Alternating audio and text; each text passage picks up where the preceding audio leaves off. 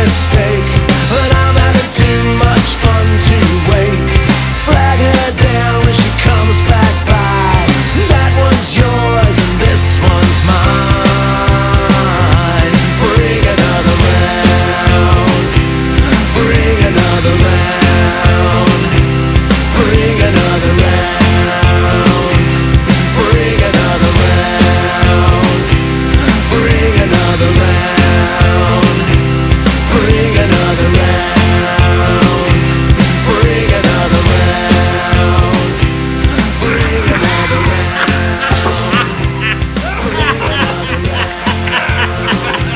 Bring another round.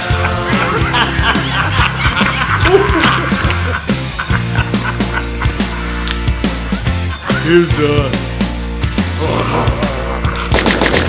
suckles. Good evening, brothers and sisters of the leaf, and welcome, everyone, to the Tuesday Night Cigar Club. Tonight, our beloved crew of drunken numbnuts tackle a double-header of low-budget biker movies as they review the CAO Resonator cigar, paired with beers, wine, and a truly intoxicating amount of manly sexiness. Personally, if you're asking me, I prefer womanly sexiness, but to each their own, I suppose. And, there's also that broad, beautiful, mysterious realm that's neither man nor woman, nor here nor there, You know what I'm talking about. No? You don't know what I'm talking about? Look, Matt, is pan-curious not a word in your vocabulary? Oh, it's not. Okay. Well, you can look it up after the show. Anyhow, I'm not going to diss on anybody's sexiness or their taste. Personally, I gotta say, to each their own. Like these TNCC guys, they know who they are, and they know what they like, which is apparently manly sexiness. I mean, they're the ones that wrote this script I'm reading to you now, so not that there's anything wrong with that at all, or, sometimes there's stuff wrong with what they write on the scripts, but anyhow, back to the subject at hand here. The first biker movie stars Erik Manscape Estrada, and the second flick stars Adam fucking West. Holy handlebar mustache, Batman. Does it get any more macho, back hair raising sexy than that? And I'm sure every single member of the TNCC absolutely loved both these films. Yep, I'm 100% positive that there is no way that any of the guys could possibly shit all over our handsome host's carefully curated cinematic selections, because that sure would get messy fast. Anywho, it sounds like we're in store for one hell of a good time, folks. Are we really, though? Maybe. So anyhow, sit back, light 'em up, and enjoy the show. Hopefully. Pipe down, Hughes. All right, let me get a little sip of my podcasting elixir.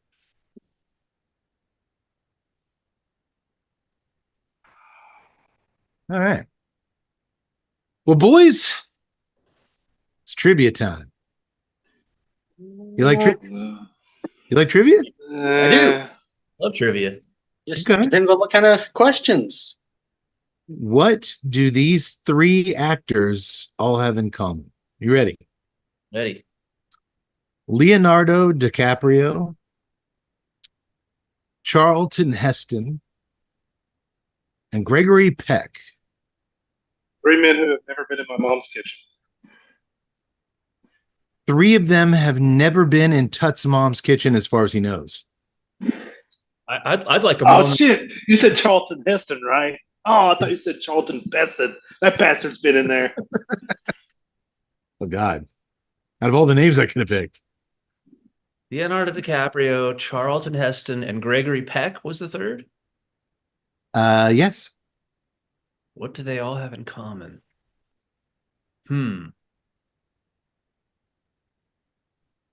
I feel like I should know this, but I do not want to delay the proceedings? Can I get a hint? Is it or does that give it away? I will give you the answer. All right. The answer is that we have never featured a movie starring any of these screen legends in the almost 10 years that we've been doing this thing. On an interesting side note, tonight we are doing our third film starring Erik Estrada.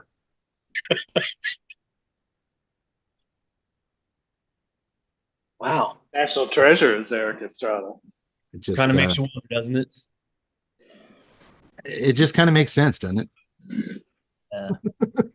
For us, yes.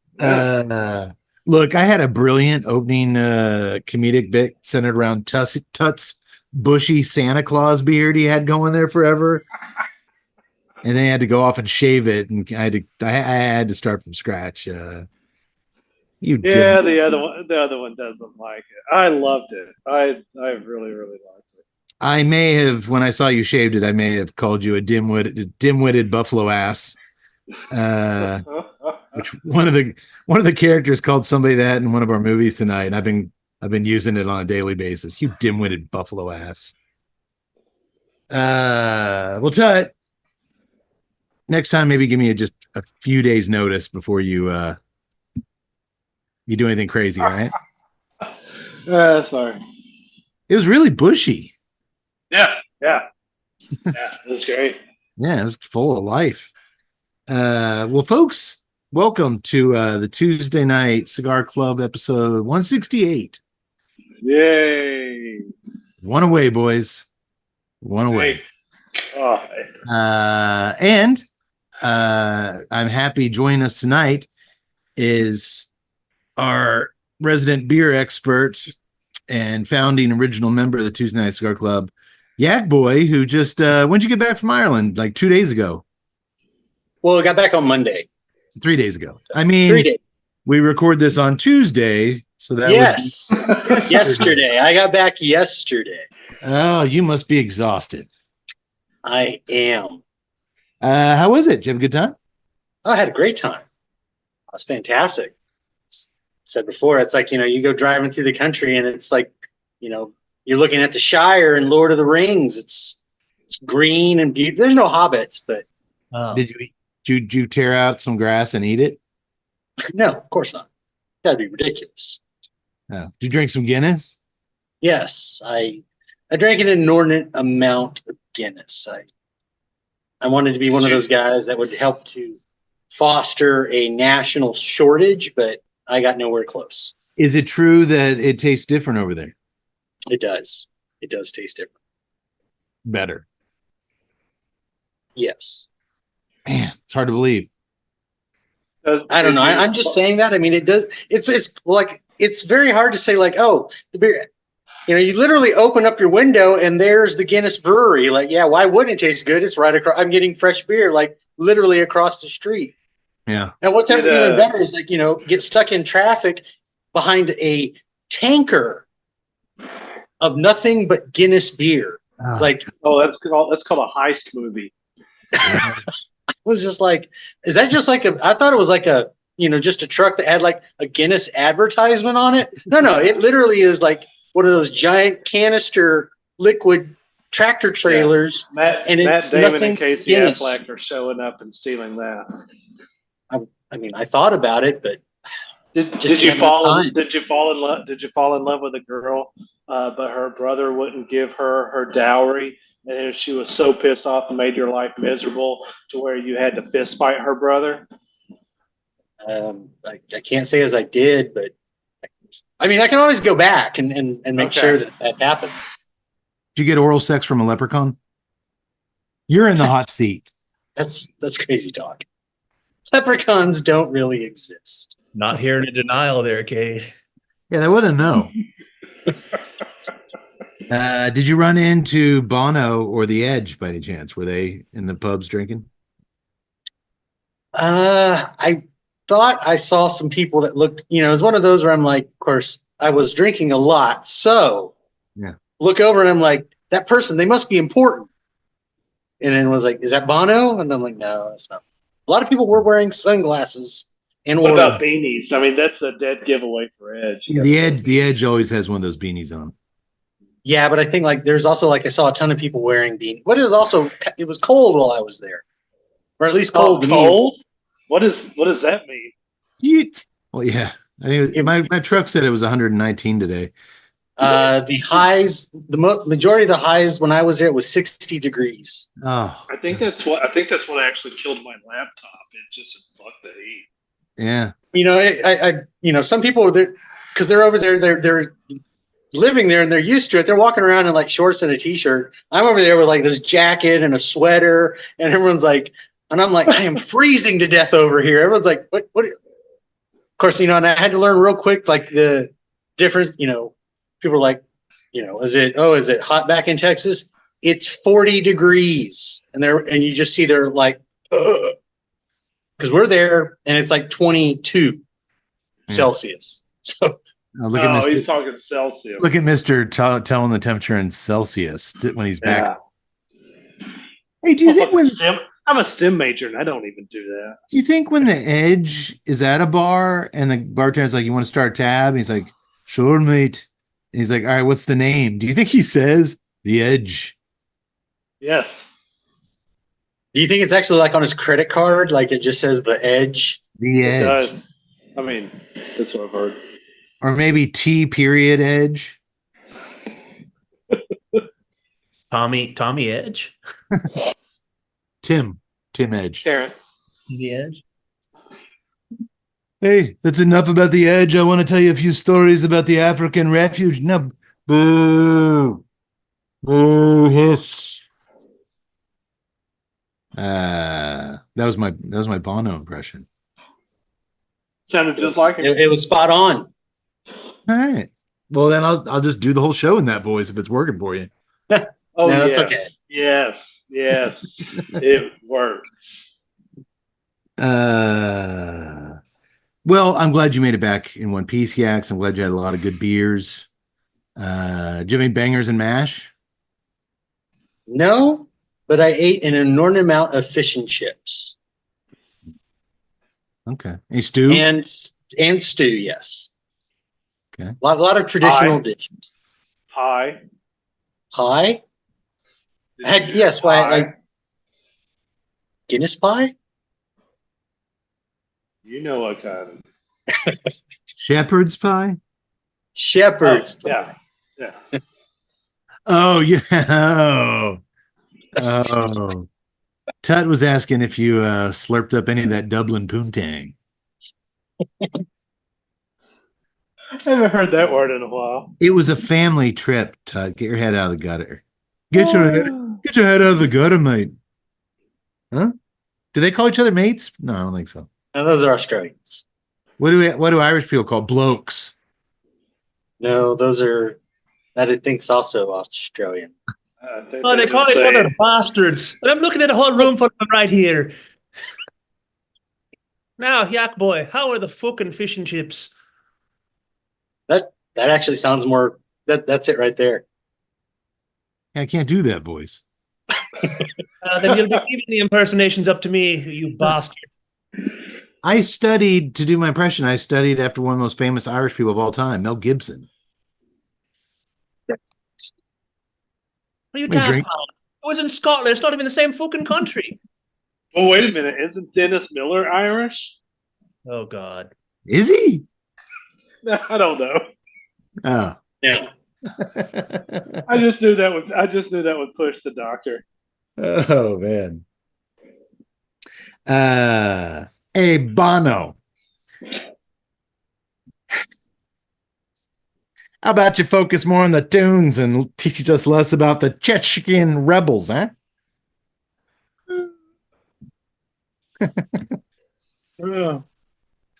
Oh. Sunday, Bloody Sunday.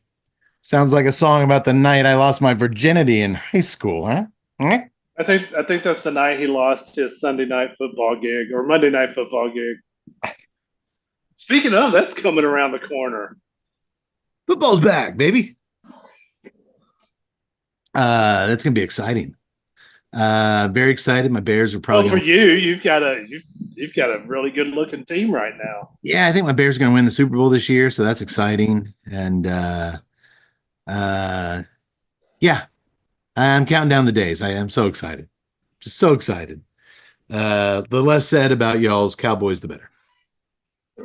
Oh, for once we agree. Well, it's because there's nothing to say. They never really do anything. So no.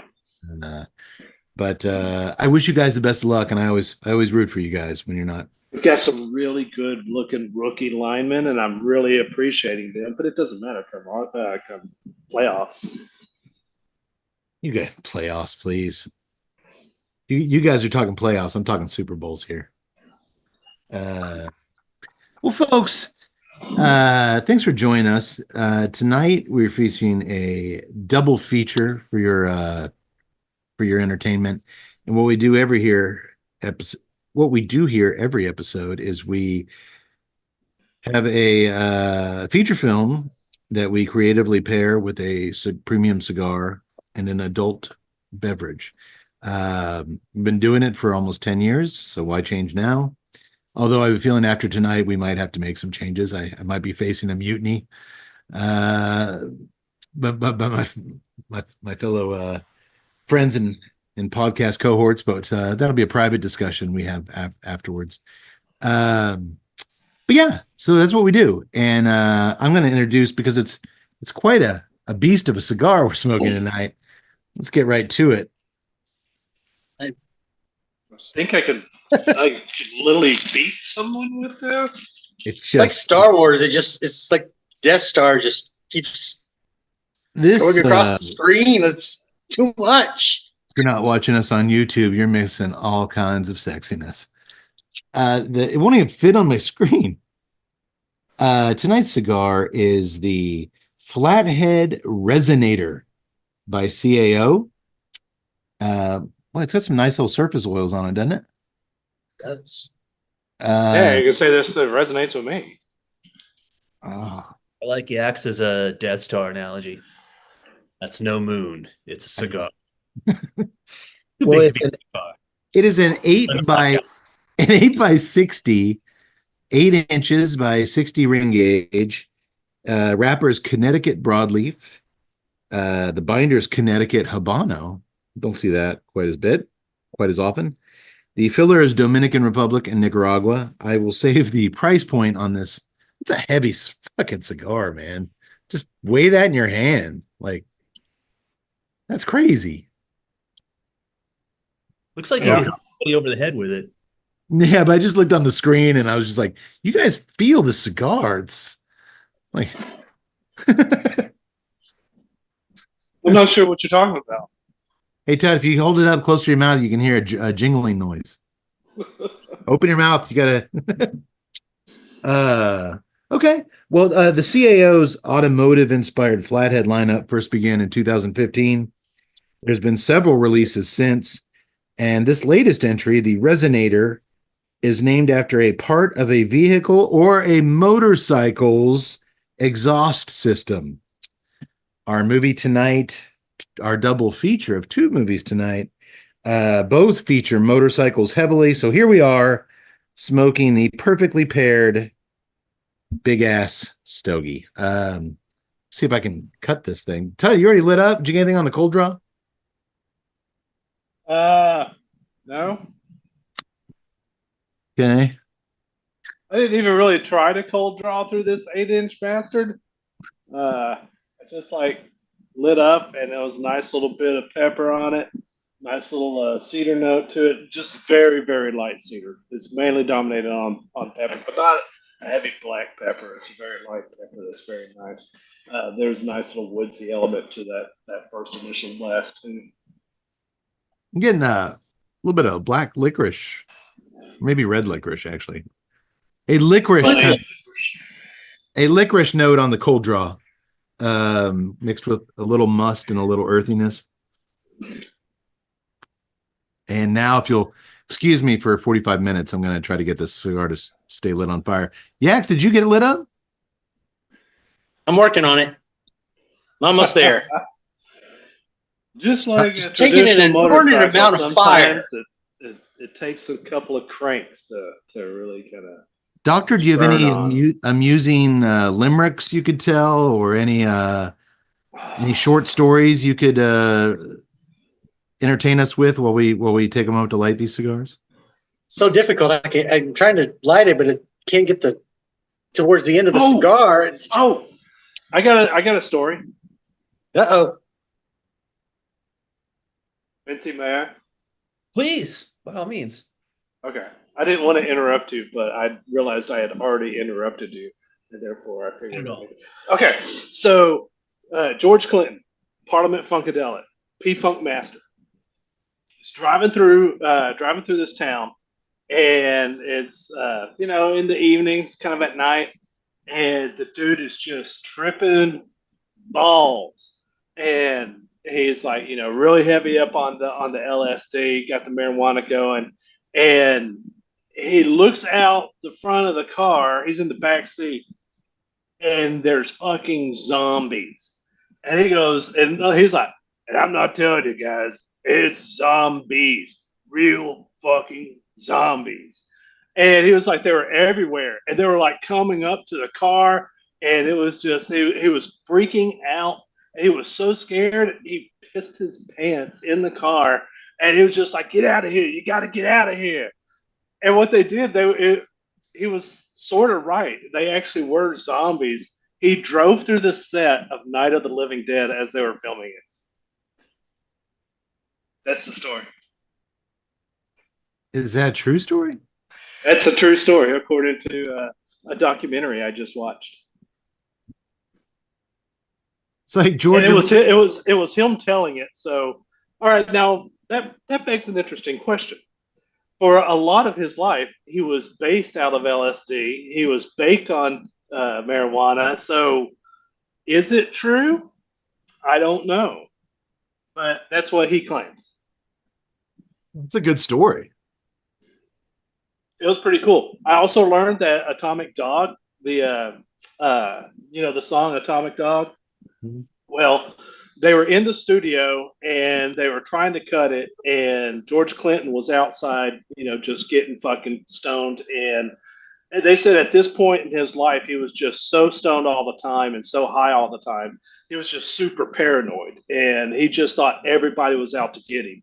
And he thought that they were, trying to remove him from the studio. So he was like, I got to get in there, and I got to get in there, and I got to cut some tracks, and then I'm going to show them that you're not replacing me. Well, when he walked in, they were literally rewinding the tape, and they were trying to go back to one because they weren't liking anything they were doing. And Clint comes right into the studio, says, tells the producer, hit records, and just starts just saying nonsense on the mic. It's like, yeah, dough, give me in the dough, do the dough, catch ya. And when they got through, he was like, all right, there you go, and leaves. And the producers were like, what the fuck just happened? And the drummer was like, play that again. And they built the entire thing around that noise, the just background of the track, and then the drummer goes in, lays down. They just built the whole thing around that. It turned out to be his biggest hit. If you're filming a low budget movie though, and you're filming zombies out in a cemetery, and George Clinton and P-Funk drive their car into your cemetery, wouldn't you leave that in the movie? You would if you got a dude pissing his pants. But if you're trying to say it's 1950s and all of a sudden P-Funk is there. Well, yes, that what led to that two things intersecting. Like, we're shooting a zombie movie, and just like out of the background, like P-Funk driving by, just right there. When he, like you said, wasn't even driving by; he drove in to the movie set. Oh, we've all done that. I'm trying to see if there's any. I didn't even corroborate this on the. Well, folks, if that is fake news, that falls on top. Yeah. They visited the Night of the Living Dead, and he was on LSD and tripped out. That's fucking cool, man. It's a good story. Would anybody have even known like who he was though? If we're talking about the original film, right? I mean, in 1968, that was kind of before his heyday, right? Wasn't he really kind of mid 70s? Oh yeah, he would have been like just coming up. Well, speaking of fucked up, no, because he was still around. Like he was, they were trying to do like if it was in the 50s, that was into his Motown age when he was trying to break into Motown. So they had a band that was trying to be like the Temptations and the Four Tops. This is before P-Funk actually became P-Funk. So 68, right, Cade? Yeah. 68, he would have definitely have gone to Harvard and been introduced by LSD by 68. Yeah, but I'm saying nobody would have known who he was, really, probably. I mean, yeah, he shows up, in 1990 with his red, white, and blue hair extensions, and yeah, you know who he is. He's in Yeah. 1968, just some young guy driving. Yeah, I don't think a bunch of people on a Pennsylvania farm would probably notice him. No, but still a good story. Oh yeah, it's awesome. If it's I don't know. true and he didn't imagine it, it's a great story. I once drunkenly rode my unicycle onto the set of a Duran Duran video. Go on. What year was that? What year was that, Kate? I'd rather not say. 2 weeks ago. It was this morning. Well, speaking of people getting fucked up, one thing, well, real quick, guys, it took forever to get this thing started. This is more cigar than any human being could ever want or need. I mean, it's just so much. Jeremy of cigars. It's just so much tobacco, and all I'm really getting from it is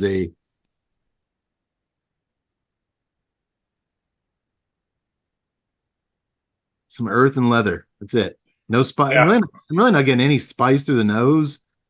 But then again, I'm having a real hard time getting a good draw on this thing. I'll try clipping the end again, but I don't want to break my wrist. I know it's too early to tell, but I mean, there might be a point of diminishing returns in terms of the size of a cigar. I mean, it's just yeah, you're lucky. Maybe it'll kick in somewhere there and after a little bit. Maybe it's something maybe you'll be going on a new adventure of myriad adventures. I don't know. I'm only on the first 30th of the cigar, so it's too early to tell. All right, we'll come back. Earth and leather is what I'm getting. No spice. The second clip I just did seem to open it up a little bit, but I'll get back to that. So that's the first thing we're partaking in. The next thing is booze. If I have anything to say about it, lots of it. So Yak Boy is our resident adult beverage expert here. He is the co-owner and most handsomest bartender at O'Brien's Irish Pub in downtown historic Temple, Texas. They also have Guinness and Jameson whiskey there. I've seen it. Indeed. I've drank it. Lots of it. What are the fancy Guinness glasses called? Tulip glasses? The tulip, yeah. That's how you got to get it, man. It just hits different in those tulip glasses. Oh, it does. Absolutely. The glass is designed for Guinness. Yeah. So creamy. So damn creamy.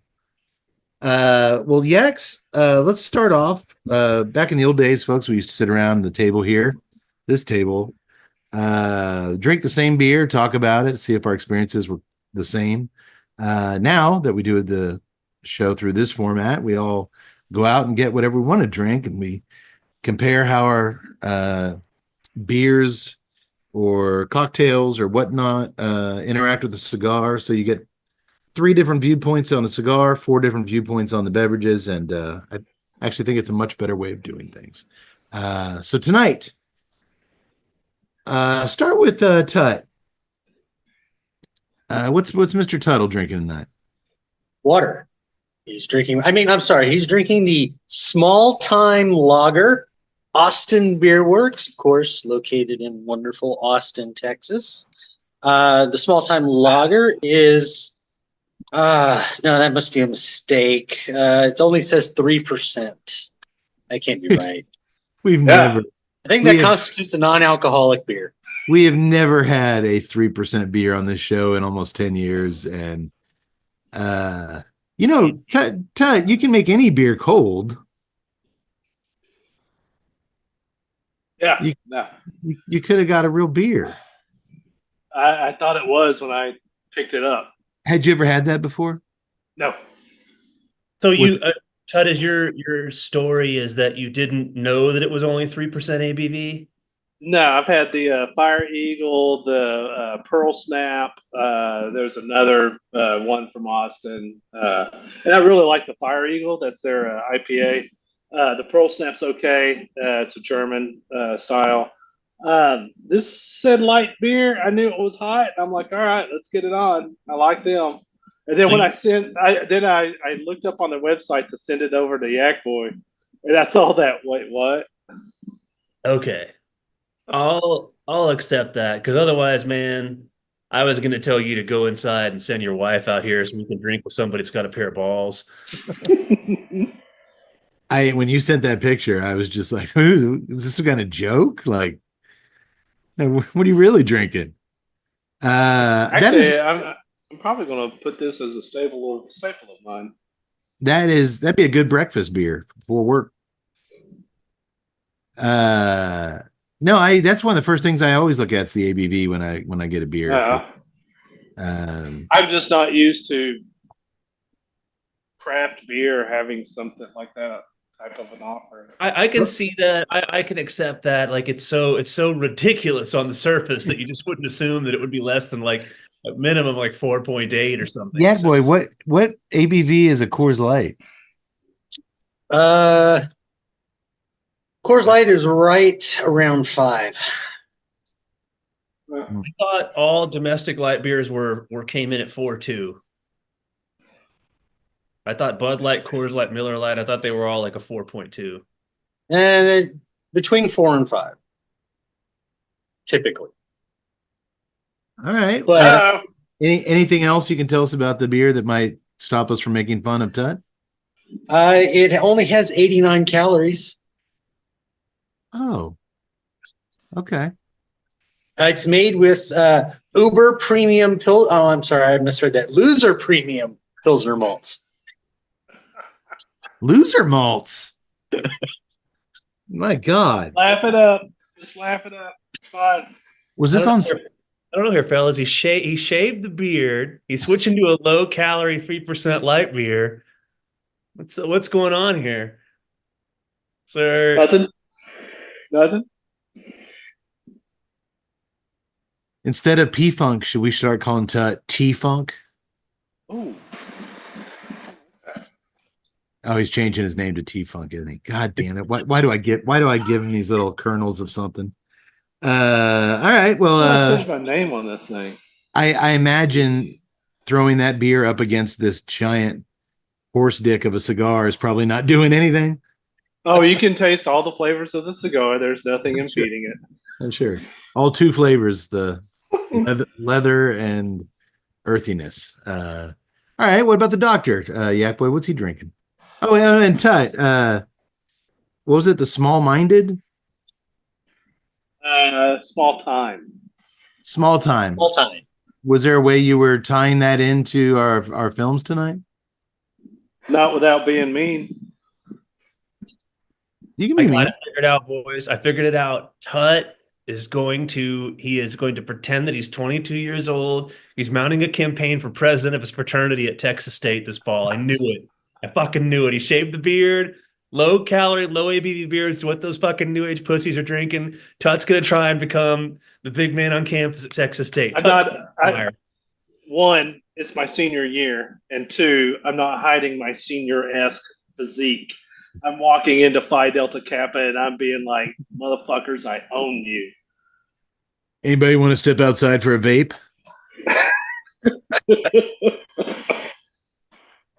What are we vaping today? That's the kind of things I would say to mix in with college kids. Oh, fucking great day to vape outside, isn't it? That's why you're not going to be fraternity brother. I had a vape this morning with my morning cereal that just knocked me on my ass. Am I right, kids? Am I right, fellow students? Am I right, fellow students? Your doctor's got you on Metamucil too? Give me those high fiber shits. I'd fall flat since I have no social media presence. I'd be like, hey, I'm gonna go put this on my Instabook, Facegram it, right? This goes on TikTok. That's no, man. Yeah, as long as you tick it, it's fine. Yeah. Hickory dickory dock, right? That's what we're gonna post up. You got to post up that new doc. I better. Sounds like Tut's actually giving us some good stuff here. New. Just say it twice. Yeah. All right. Yaks, what the hell's this? Oh, did you tie it in the movie at all? Just say it. Who are you going to be mean against? A movie that was made 40 years ago? Not really. Are you saying that they're small? I'm saying it's hot. I chose a light beer. Because I thought you were saying that the motorcycle clubs in our movies are very small time compared to the big boys, the Hells Angels and the Mongols. That's exactly what how I was tying this in. I know you had a rough day. I'm helping you out here. Yeah, thank you. What about the doctor? What's he drinking, Yaks? He is drinking the Fire Ant Funeral Amber Ale. Well, it's got a little fire. Fire Ant Funeral Amber Ale. Texas Ale Project, located there. Wonderful Dallas, Texas. Been around since. There's a blonde in tonight's female in tonight's movie that needs to watch out for fire ants. What? Yeah. What'd you say? There's a blonde in tonight's movie that needs to watch out for fire ants. Oh, yes. Why? Because she was sitting on the ground butt-ass naked for some reason for like 5 minutes. And you guessed my tie-in. Way to go, buddy. The naked. I'm not even gonna pretend that I tried. We have a movie where a naked chick sits on a picnic blanket for a while, and I guess there could be ants. Was she at least on a picnic blanket? Yeah, she had some kind of blanket on there. Oh, okay. That's nice of them. That's good, but I had a different tie-in. Yeah. After watching these two movies 1 week apart, I just wished I was at my own funeral.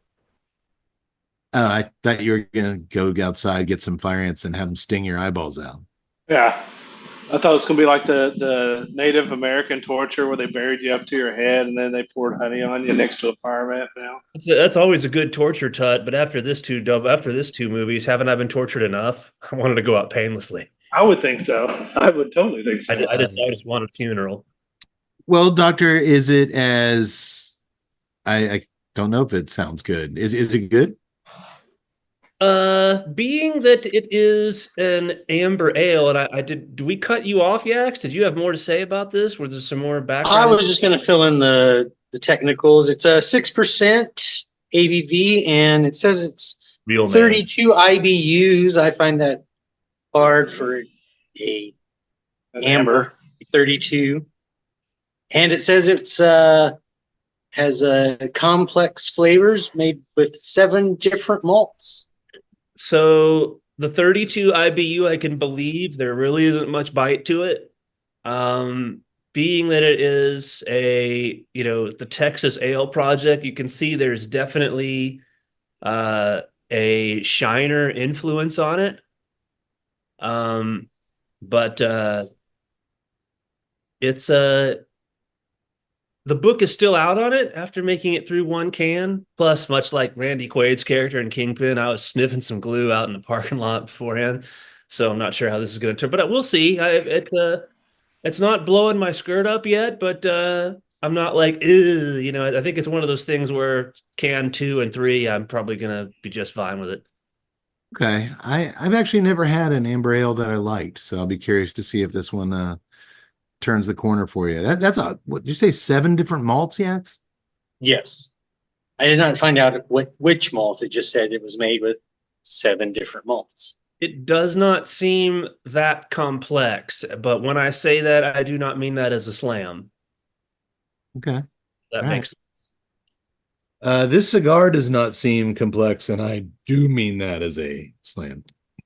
Tut, you getting some complexity? No, I was like shaking my head. No, it does not seem complex.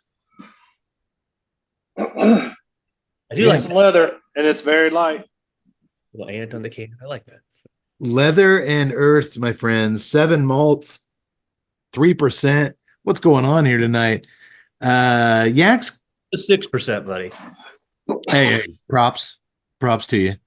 Yaks, what are you drinking, pal? I am drinking. I know you came back and had to get yourself an IPA.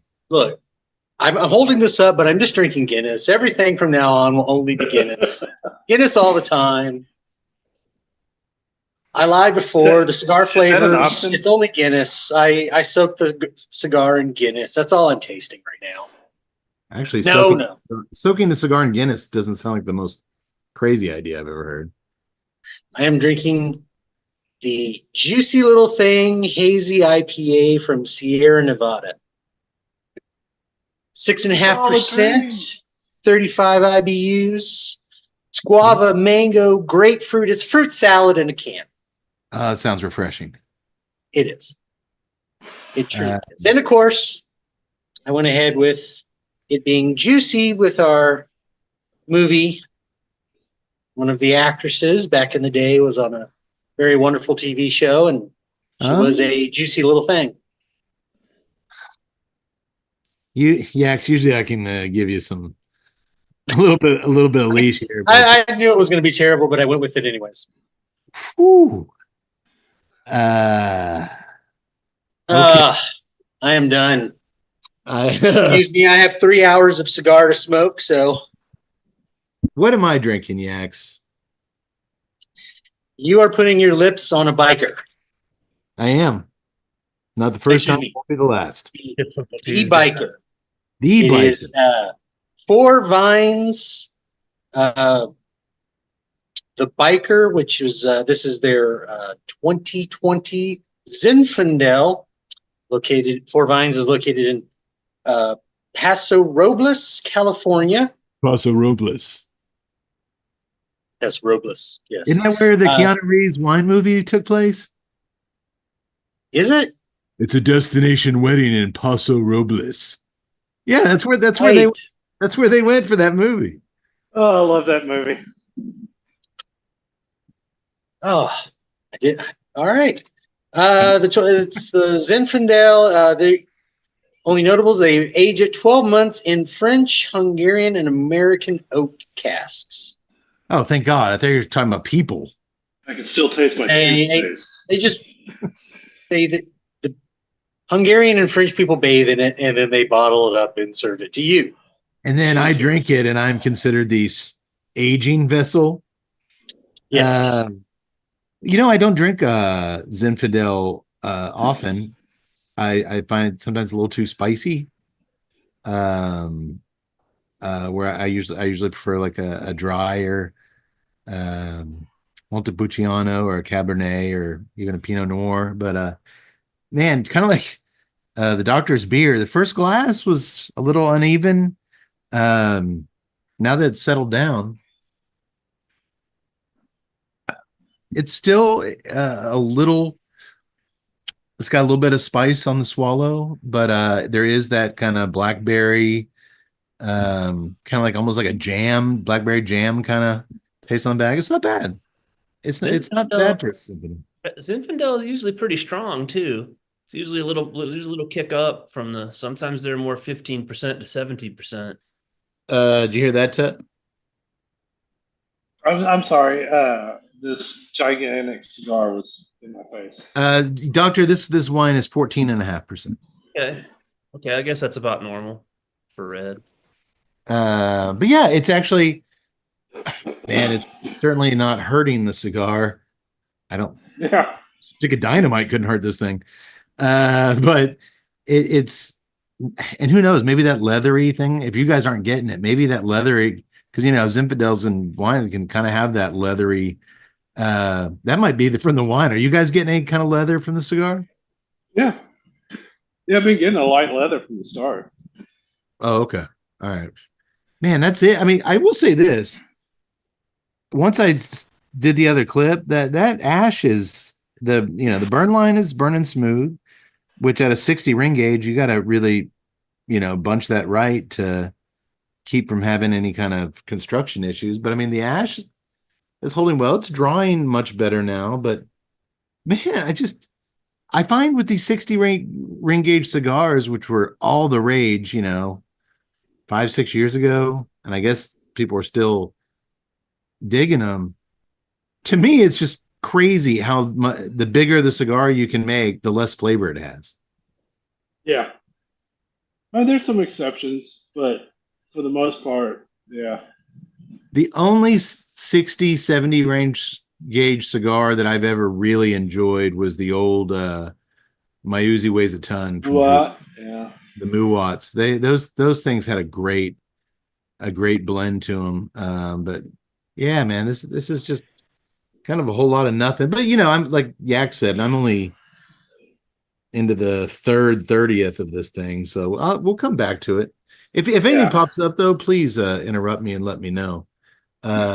I will be switching to beers here in a little bit. It's so hot out. I'm not shitting you today. My truck read 119 for like, I've been driving in it for at least 30 minutes. It's just when we walk out of someplace, my kid will ask me to hold their hand because they can't see because it's so bright and it's just bouncing off the pavement. Like they can't physically see where they're going. It's so bright and miserable out. It's like, what the fuck would anybody live here? The funny thing is that, at least this was, we've kind of had a mild summer compared That's the to thing. last year. This is the mildest summer we've had in several years. It's just still just unbearably miserable. And it is. I mean, the moment you step outside, and especially, God bless you if you have to work in direct sunlight. Well, folks, that's what we're drinking and that's what we're smoking. We're gonna skip. Well, actually, you know what? Speaking of these cigars, real quick, you know who makes some Dan Pie cigars? I'm gonna say our friends at Drew Estate. That's right.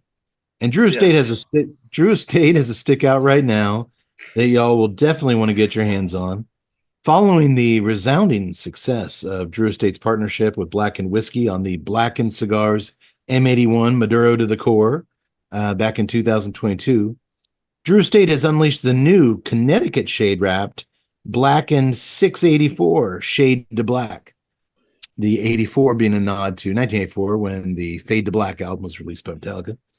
The cigars are a passion project between Rob Dietrich, the master distiller and blender of Blackened Whiskey, James Hetfield, Metallica co-founder, singer, and guitarist, as he's known on the streets, the Riff Lord, and Jonathan Drew, founder and president of Drew Estate.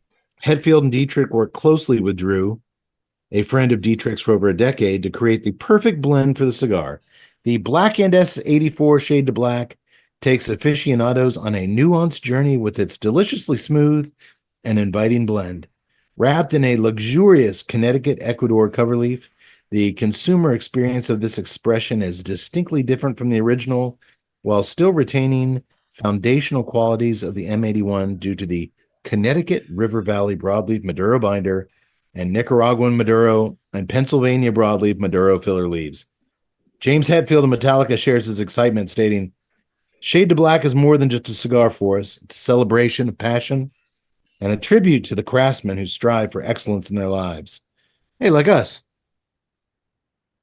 We do strive. We actually reviewed. So we've striven. We've striven before. Yeah. I don't remember the exact circumstances, but I remember we did strive for things at one point. Yeah, I think you're right. We strive. It's just not. I mean, excellence is kind of a high bar, but we strive. Wasn't that no? If you're going to strive, you strive for excellence. Wasn't that a Pantera album? Far from Striven? Yes. Far Beyond Striven? Yes. That's it. But okay. We actually reviewed release or fourth release. Striven and Driven. Far Beyond Driven. You're right, Ted. Far Beyond Driven. As a lifelong Cowboys fan, I think you would understand that sometimes we just strive for mediocrity. Oh, you guys are far beyond striven. All in, man. We're striven. All in. We actually reviewed the cigar, the S84, on episode 165 and rated it mighty fine. An impressive 92. We don't just give 92s away. It's so damn good, it will almost make you forget about the Black Album. almost. I like the black album. Sad but true. Sorry. Now, we usually do a little thing called the fire pit here. Can I hear a little more of Sad But True, Doctor? Perhaps Do, later. do, do, do, do, do, do, do, do. Sorry. Unforgiven. Every time I hear something from the Black Album, my throat closes up. I get a bad reaction. I'm sorry. Whew. And look, I'm a fan. They've done some good stuff after the Black Album. It's just that one album. If they come out, if they, what year did that come out? 1990 maybe, the Black Album. Yeah, I had to have been, yeah. If they come out with a cigar, the Mexican San Andreas 1990, we're gonna have to pass. We're just gonna have to. We're just gonna have to keep on moving. I'm there. Well, we're skipping the fire pit, the portion where we usually, before we get into the movies, we just kind of shoot the breeze about some pop entertainment, cultural stuff, movies, music, books, whatever we've been enjoying. But we do have our first double feature in a long time tonight, so I want to get right into the flicks. Can I just spend like a minute? Y'all got to check out Repo Man with Dan Haggerty, or what isn't that his name? Grizzly Adams. So I was scrolling through Amazon Prime, and there's Grizzly Adams in this movie called Repo Man, and I'm like, all right, well that sounds interesting. And then it had like the best. I mean, it was just like balls crazy little thumbnail on it, and I was like, all right, this is kind of cool. Dan Haggerty's going to go to the mean streets of LA and fight gangs. It was the oddest thing because it was like he was in a 1980s crime movie. Like everything was kind of set up like a low budget, just crime greasy LA. And then there's Dan Haggerty, who's like the nicest guy in the world. Hey man, you shouldn't do that. He still look like Grizzly Adams? He still looked like Grizzly Adams. Had the plaid shirt, the blue jeans, the flowing hair, the beard, and it was just this odd duck of a movie. It was. I'm not saying it was good, but I couldn't take my eyes off of it. It was just this weird thing that exists out there, kind of like the dude from the paprika tobacco or whatever. It was just the thing that should not exist. The what Jonathan Drew called that guy. Anyway, that you're St. James Parish guy. Yeah. Anyway, it was just you couldn't help but be drawn into it. It was just this weird movie. Check it out. He also had another movie that I can't remember the name of that was even more bizarre, where he actually played like a crime lord type dude. And it was just, yeah, man. I just want you to be safe and okay. It's just it's a weird mix. That's it. Go check it out. Okay, just to clarify, the Louisiana tobacco farmer, there's Mark. He was dealing in Perique tobacco, not paprika. Oh, okay. You know that paprika tobacco. I don't believe this Mark beer, man. It just hits you hard. Yeah, that's the weird thing. You're saying all this crazy shit with the 3% beer going. I couldn't help it. I mean, that movie brings it out of you. It was some crazy shit. Well, keep your eyes open, folks, for Repo Man starring Grizzly Adams himself. Was it Dan Haggerty? Dan Haggerty? I think so. I never even saw Grizzly Adams, man. It just looked like weak sauce to me as a kid. Oh, I loved it.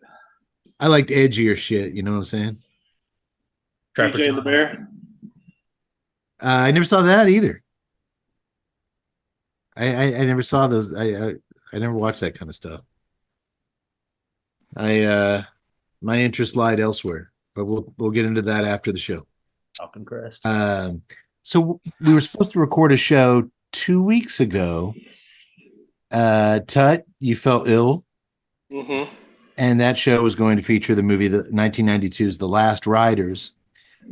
And then once that show got canceled, I received some sarcastic and not so complimentary texts from you boys about the movie I had selected and your experience watching. I don't remember that. There was a lot of vomit emojis and just little snide remarks about the film. Was the vomit emoji was me being sick. I was literally saying that I'm sick. I wasn't being sarcastic. I threw up. Yeah.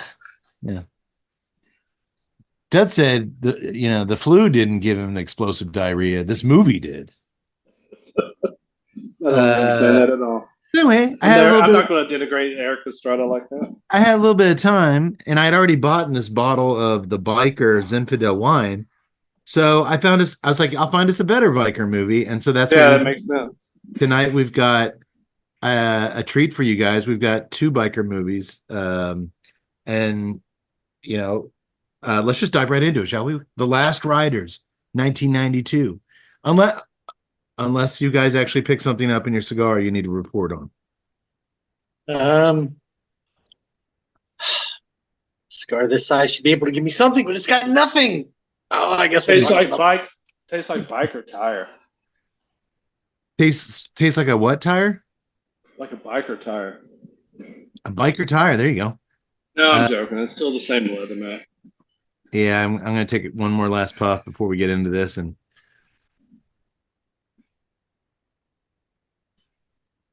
say one more last puff as if you're going to run out of cigar to smoke. There is at least a little bit of a white pepper across the retro hell, but it's not. Man, I'm not getting that. Oh, yeah, okay. You really got to hunt for everything in this thing, and yeah, I have a feeling much like the short 3 weeks stint I spent in a motorcycle club. Tomorrow morning, my jaw is going to be so sore from smoking this thing. I told you didn't have to do that. I'm sorry. Did I say motorcycle club? I meant the cup club. Hell swallowers. Hell swallowers. You guys sure we're into chicks? Yeah, shut up. Prospect. Okay. Ain't gonna get your badge doing that. You're riding on the back of Randy's chopper tonight. Okay, cool.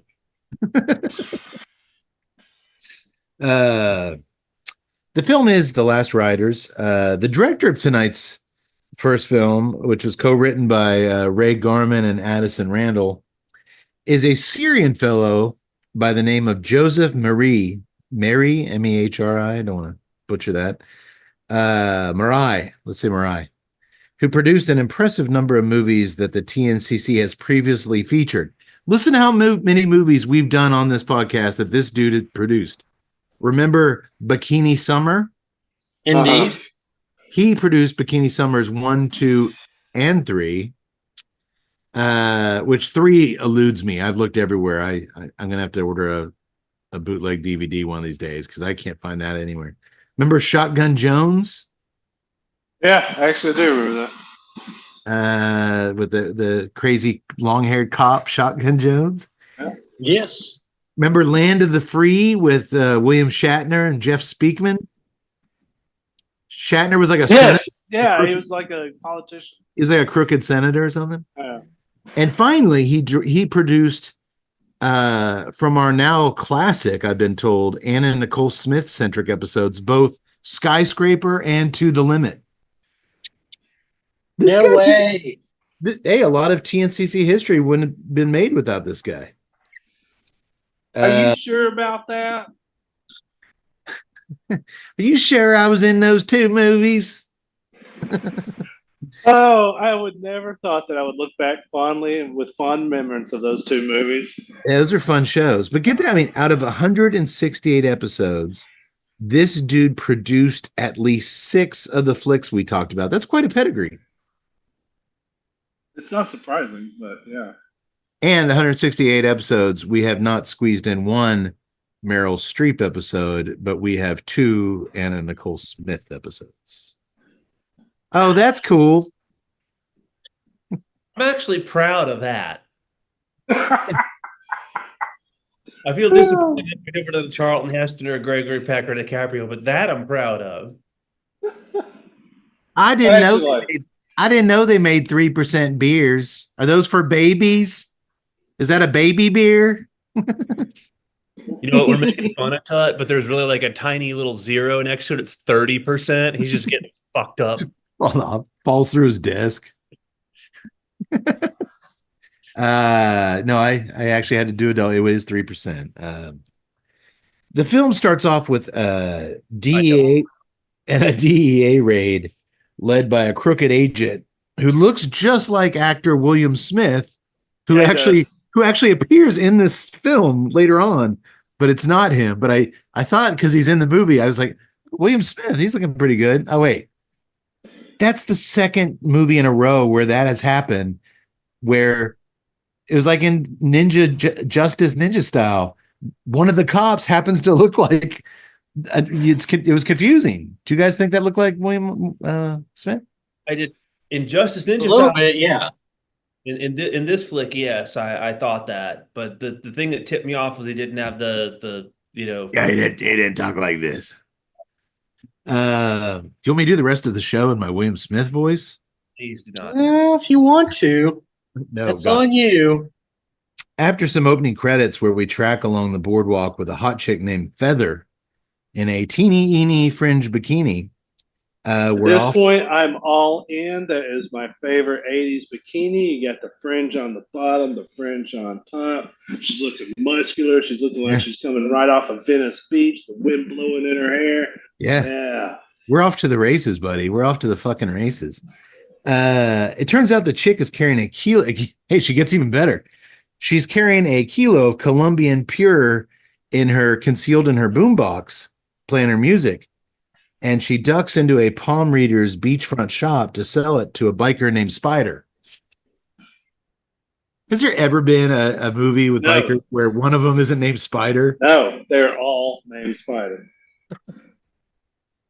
There was I can't think of it for life of me, but there was another biker movie I thought we did on this podcast. And one of the dudes, Charlie Sheen. No, it wasn't that one. I don't think. Maybe it was, but there was a spider because I remember he had a spider web tattoo on his elbow. Maybe it was that Charlie Sheen movie. Well, the bikers are members of the Slavers Motorcycle Club, and they decide they want some ass to go along with their booger sugar, but this tough mama decides to fuck them in another way with her fists. That's right. That sounded bad the minute it came out of my mouth. I mean, she punches him. Okay. Yeah, she punched him all right. She uses her fists in an aggressive. Well, that doesn't really. Cavity punch. Yeah, she fights him. She fights him. She does punch, kick, and body slam the hell out of these scruffy dudes, though. And then when she knocks their asses out, she walks off with the cash and the coke. Don't mess with her. Tut, you're still with me, right? Great opening scene. Great opening scene. I'm liking what I'm seeing. Okay. We cut to a parking lot at night, and the Slavers leader, Rico, ain't too happy about being ripped off, is he, X? Not at all. As he kicks Spider's ass, Spider and the other guy who lost the coke and cash, they're surrounded in a circle by a bunch of old scruffy bikers that kind of look like us. Like they're just sitting there kind of uninterested on their bikes, just kind of insulted. I thought those guys looked a lot worse than we do. Yeah, just kind of sitting on their bikes, drinking beer, just kind of disinterested. Like, you know, they just it wasn't, the Slavers weren't an energetic bunch, were they? Okay, yeah, they were like us. I've been to a few rallies and they're exactly like that. I mean to say they reminded me of us if we had a gang. By that I mean badasses. They look like a bunch of badasses. No, the drinking beer, smoking cigarettes, totally uninterested. That was dude, Rico's just punching his fellow brothers in the face, and they just cut to these dudes just careless. Rico's doing what Rico does. Hey man. Slaver forever, forever slaver. That's what they say. Just as Rico's about to smash Spider's head in with a baseball bat, another member, I think the vice president probably, Johnny, steps in and tells Rico that's enough already. But only Rico says when it's enough. So he tells Johnny, all right, pal, now it's on you to reimburse the club for the missing money. Johnny is, of course, played by Erik Estrada. We first featured Erik Estrada in he played a gay microbrewery owner in the creature feature King Cobra. And then he was also a world-renowned gun smuggler in the movie Guns. Is that it? Those are the two times we've heard had Erik Estrada. Yes. And Yes. tonight is our third. You know, growing up, our age, how could you not like Paunch from Chips? See, I think you got your signals mixed because I'm not going to bash Erik Estrada. I'm just not going to do it. Except for one scene in this movie. I will say that. Okay. Well, before Johnny, Paunch, Erik Estrada can find Feather and the missing loot, we get to see Feather in a backyard wrestling match beating the shit out of this poor schmuck in blue tights with suplexes and flying drop kicks. And then afterwards, after she defeats the guy, she strips down to her panties and celebrates her victory by painting her toenails while watching TV with a white Russian. Oh, yeah. The drink. Good cinematography right there. That's how you make a movie. That's you got to be still with me at this point. I'm all on board, man. I'm Team Feather all the way. You know, speaking of her, Tut, this actress is really fun to watch fight. I just like watching her fight. I mean, she's picking up dudes and doing a lot of, pretty good stuff, and she's very easy on the eyes. I was thinking to myself how a straight up action flick starring, her name is Mimi Laseos, the actress. I was like, man, how awesome would that have been if these guys had just used some of this money and just made a straight up action flick with her? Well, I discovered they made 4 of those movies. Not the same filmmakers as these, so you guys might actually give these a shot. 1992's Push to the Limit, 1993's double whammy of Beyond Fear, followed by Streets of Rage, and then 1995's Personal Vendetta. I shall watch all 4 of these and report back. Dude, every single video box is her with her fists up and like an explosion in the background, some dude flying through the air. I actually looked her up on IMDb one of the few times I do look up the actresses, and I was amazed. I was amazed at how many credits she has, like stunt work as well. She's quite active. Actually, both of our films tonight, a lot of the characters were played by people with stunt backgrounds, especially our second film. But later that night, surprise me. It does. I mean, there's a lot of fighting, especially in our second film. If you couldn't take a punch, you really didn't belong on that set. Later that night, Johnny and a fellow slaver show up at Feather's place, and yada, yada, yada. They hold a gun to her head, and her crooked cop boyfriend, he's not playing in games. He just shoots her dead, and then Johnny shoots the cop dead. Even though he was crooked, you kill a cop, man, that's bad news. Which means Johnny has to turn in his patch, leave the slavers, and leave town in order to take the heat off the club. Well, to be fair, Johnny loved the gang so much he did that voluntarily. Yeah, he turned it in himself. Rico wanted him to stay, but he was a founding member of the slavers, and he couldn't do that to him. But by this time, I knew I was out of this movie because once you got rid of Feather, I mean, I'm there for Estrada, but am I really? Okay, well, she had a good run those 2 scenes, but now Officer Poncherello is now the bad guy on a motorcycle, and he's on the run from being a cop killer. Somewhere Larry Wilcox wept.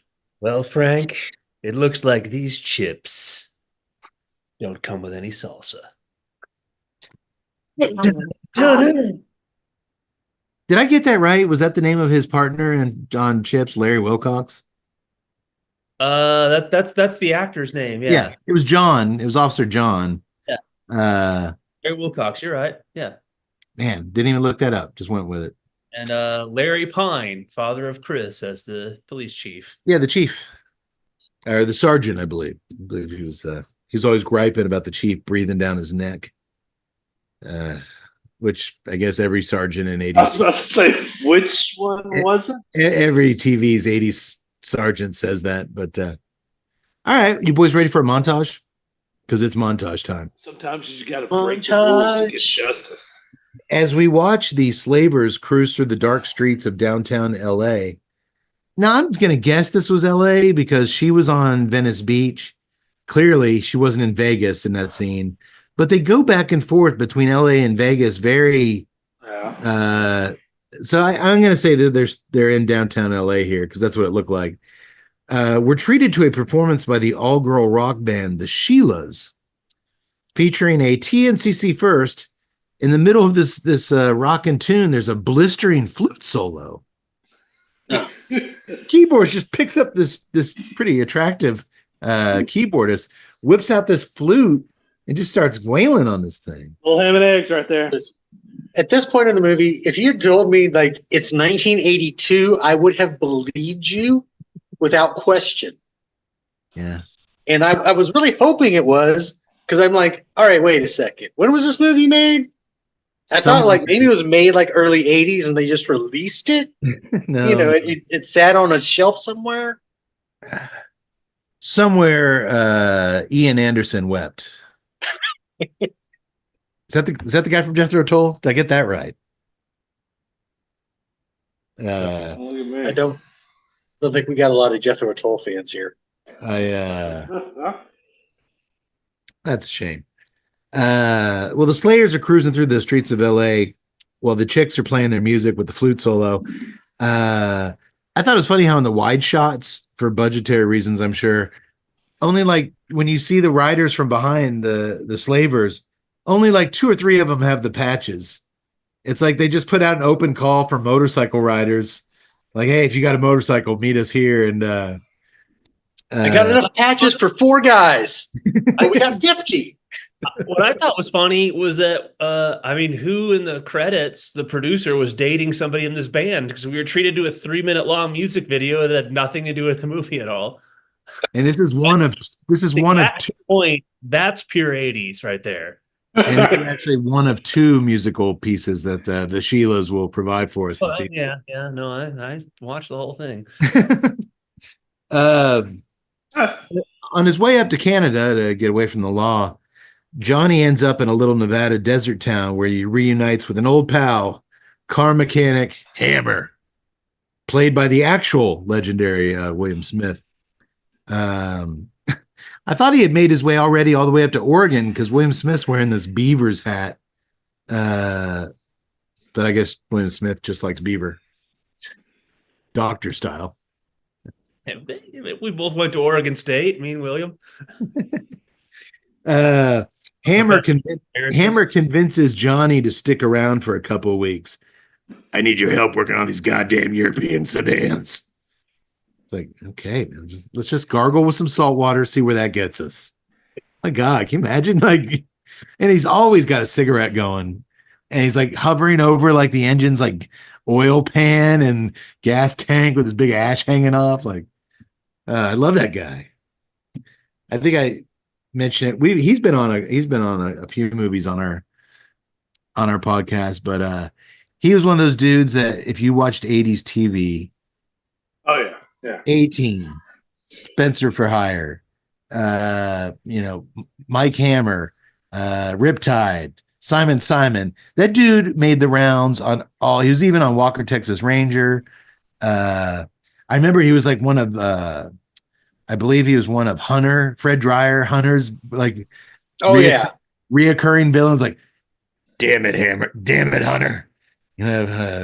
He's always like kidnapping Hunter's girlfriend. You want to see her alive? God damn it.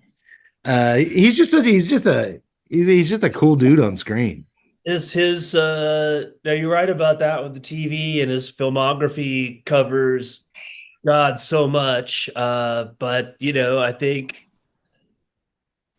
he's Conan's dad. Mm-hmm. And he's the Russian super soldier they bring in the original, and as far as I'm concerned, Red only. Dawn. So Yeah. those are two just pinnacle '80s movies. Whether you're our age or not, probably more specialty if you're our age.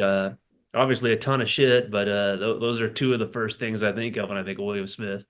Me too. Hammer convinces Johnny to stick around for a couple weeks and work at the garage. No one's going to think to look for you here. And it's like, I guess back in the days before the internet and stuff, like if you were on the run, maybe you could lay out in a little town for a while. Nowadays it would never work, but sure. We then get another sweet montage already, a second montage set to old Western saloon music, where we get to watch Johnny and Hammer change tires, perform oil changes, grease up some carburetors. Hammer even smooths out a random piece of metal with a belt sander. Yax, was that a belt sander? That was a grinder. Damn it. The conversation's almost as riveting as the movie itself. Is that a grinder with a G? That's Yes. totally true. It was a grinder with the G. It was. I was actually more interested in the actual working of the tools, and I was like, "That's not how you use that." Did William Smith use the grinder correctly? Once again, I was like, if this was shot in the 80s, just random sparks flying out would just be like a video, and I could live with that. For the A-Team. Well, no, what is this, 1990? We're not that far off. I was still waiting for, Hammer to make some sort of witty anecdote about back in the day he fought some monkey and something. 1992. So yeah, we are out of the 80s at this point. A single mother named Anna and her little girl Sammy sputter into town. She can't afford a motel room.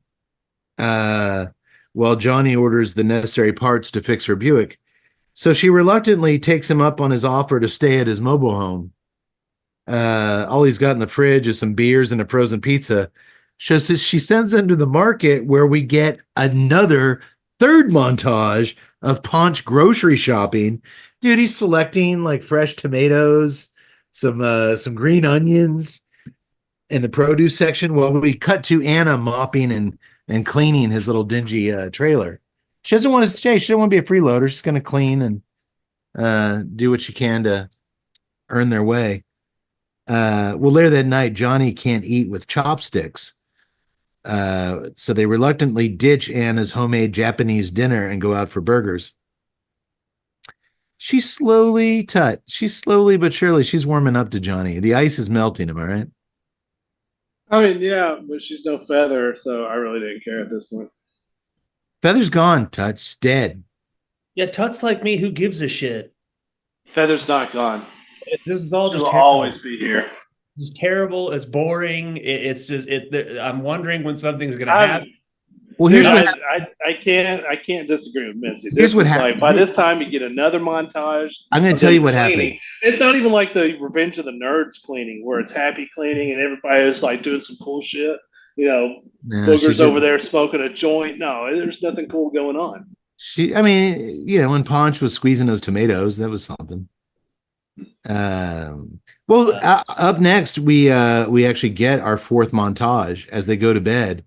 A gentle piano plays over shots of both a sexually frustrated Johnny and a horny Ann twisting and turning in their bed solo, resisting the growing fires in their loins. Look, you said you're not going to bag on Ponch, Erik Estrada here, Tut. At this point in the movie, that's oh God, I'm opening myself up to it. I'm going to say this, then I'll let you guys yell back at me. That's what you weren't buying in this movie? Erik Estrada, nothing he does or how he projects himself feels like he's been a lifetime outlaw biker. Nothing. He's nice. He's polite. He has no. He seems completely out of the element with the motorcycle club. And the way he treats Anne and her daughter, and the way he, everything is just, I'm not buying him at all. Imagine in 1992 if they had made this movie with Danny Trejo as a biker on the run, and Anna and her daughter end up sleeping in his mobile home. That's an entirely different movie. I'm paying tickets for that. Yeah. There's nothing believable about this whole biker scenario. You never said that. You imagine Danny Trejo tucking in little Sammy and then going outside under the stars to. Dude, and you're looking at someone who's tell me about the intricacies of your divorce. You're looking at someone who has seen probably 75% of Danny Trejo's filmography, and I'm talking like all the 2000s and previous, the really bad ones. I love me some Trejo. And he would make a great biker. And he would tuck that girl in very fatherly and very sweetly. Well, within a span of 5 minutes of screen time, Johnny and Anna finally take the plunge and start making out at a nightclub while Hammer, his buddy, clobbers two dudes with his fists over at the pool tables. And get this. Right after that very first kiss, Johnny walks over to the bar and asks Hammer's old lady if she could babysit Sammy for a few days because he and Anna are going to go to Vegas and get married. Makes sense. When you know, you know. What has this been, 48 hours since he met her? Yes. Cut when you know, you know. We then get to witness montage number 5 as they play slot machines, they cruise around the strip on Johnny's motorcycle, they play blackjack, walk around sightseeing. Hey, at least Johnny splurged for the deluxe wedding. The guy gave him 2 options. The deluxe featured a complimentary penthouse suite at the dunes with some champagne, as opposed to the basic package, which was one night at the Motel 6 and a moonlight poolside serenade by the doctor, totally naked, strumming his questionable but yet somehow highly sensual ukulele. How, doctor? How's it questionable but still highly sensual? I never wrote that advertisement. I hired a firm to do that, so they came up with it. I wasn't naked. I had on a fig leaf. Yeah. It was a body stocking. Hang on. I'm still visualizing. Are you still offering that package, doctor? I mean, not for some time, but if you're interested, I can come up with some sort of price list. That's just, my wife and I have thought about renewing our vows at some point. And, it's definitely sensual. I mean, Doc, get with me after the show. I'll put together what we in the business call a brag sheet for your package. See, president of the fraternity over here. Now he's talking my lingo. Yeah. Tud, I would also like you to come up with a brag sheet for my package, please. I only do stuff for the new man. Shit. Okay. Well, you know what, boys, before we go any further, man, I've never said this in the history. It's still not the size of a normal cigar. I'm about an hour and a half from halfway, so I'm almost done. Have you gotten anything of interest or note? I will say that around the midpoint of the cigar, the strength picks up a little bit, but it's still the same notes. I mean, it's just an uptick of the same. As kids say, there's no new on this. It's tough to say, Cade. About 45 minutes ago, the pepper died down, so it's been sort of a slog since then. You know, I actually noticed an interesting kind of cardboard, or like it was like kind of like a pizza box note of cardboard-esque flavor coming in, but that was around the 4-hour mark, and that was 3 hours ago. So I'm lost. I don't know where the cigar is going. If we weren't doing a podcast, I would never. I would try it if, obviously but that's a big ask, man, to dedicate this much time. I guess if you just wanted something, hey, I'm going to be sitting outside smoking for a few hours. But even then, I'm having tell to you the truth, I do that often. You Well, say I'm actually like I've got a 2 hour block of time, and I would like something that's slow smoking enough that I can fill that entire block. But there's other offerings. speaking of other offerings, Tut, I heard Kate say it was lost. He didn't know where this was going.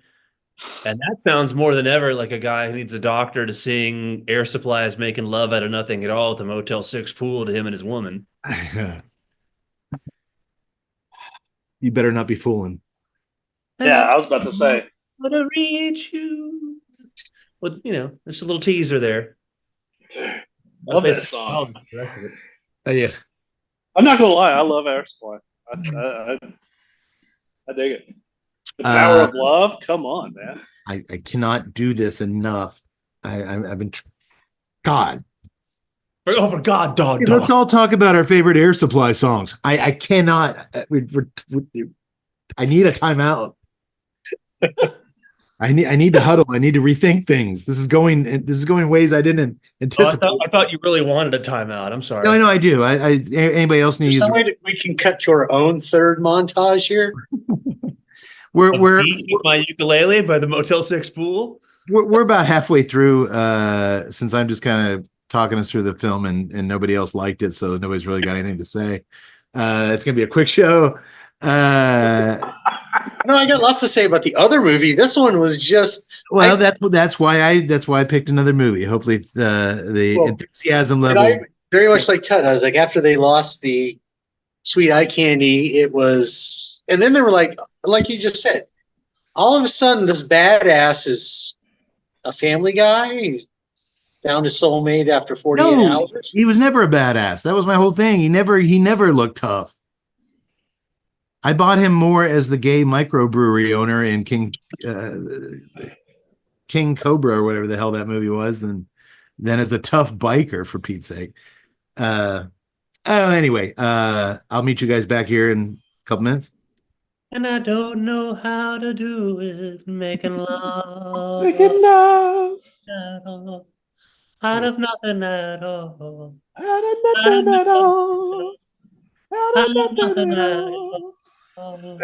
We're there, Tut. We're there, buddy. Oh, I'm digging it.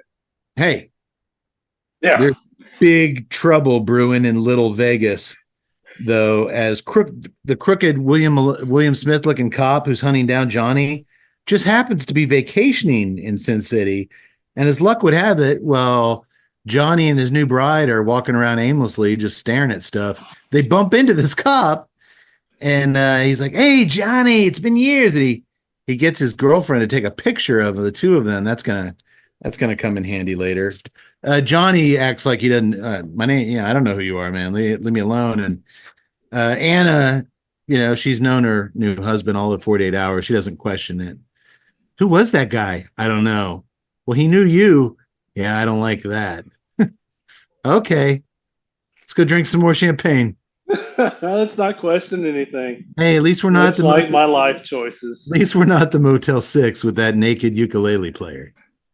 Dude, if that ukulele player's playing Air Supply, I'm all in. Told you I wear a little fig leaf and a hula skirt sometimes. Well, hey, either unaware or choosing to ignore the brewing trouble, Johnny and Anna sit bubbly and make sweet, ravenous love throughout the night. Yax, I may have sold it by using the word ravenous. It wasn't ravenous, was it? It was not. She just kind of laid on. It was one of those.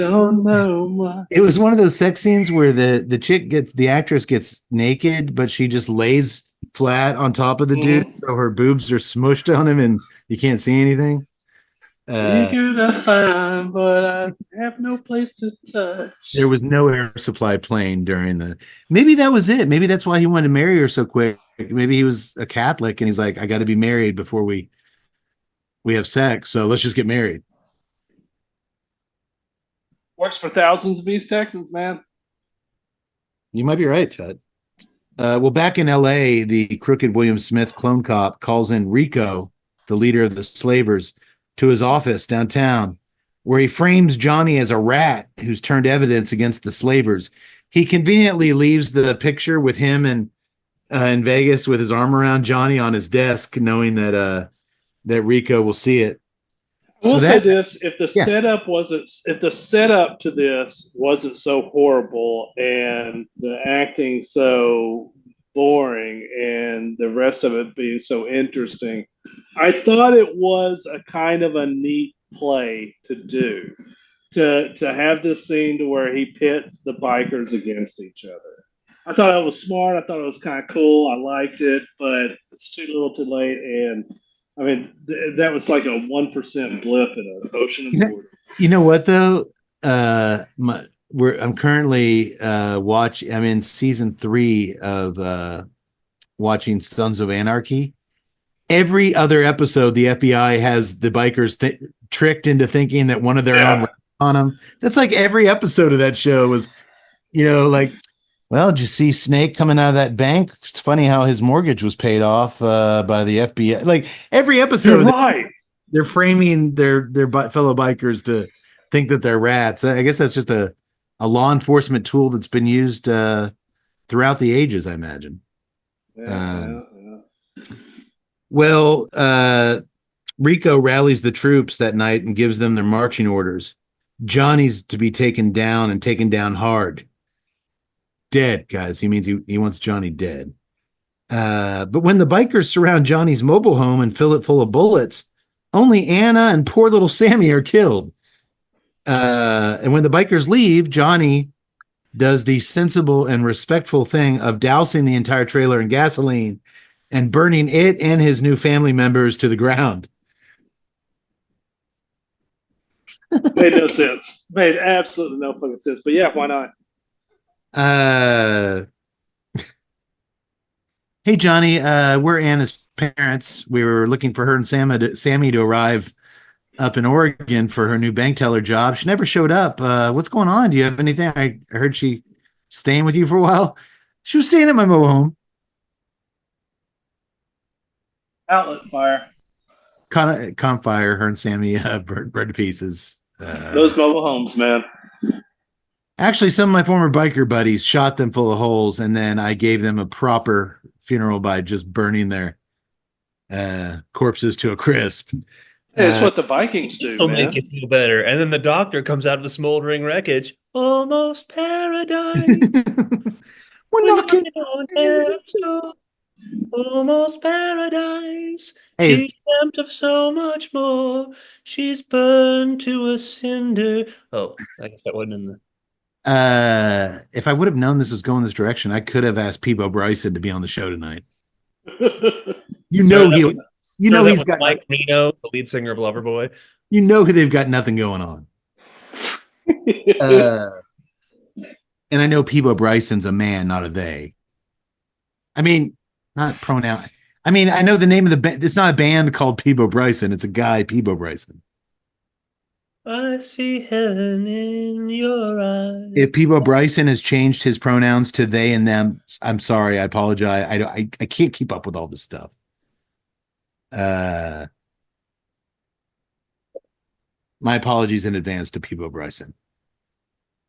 He does sing that song, right? Almost Paradise. Oh, that's Mike Reno of Loverboy and What's Her Face. It was on the Footloose soundtrack. Oh, that's the lead singer of Loverboy? Yes.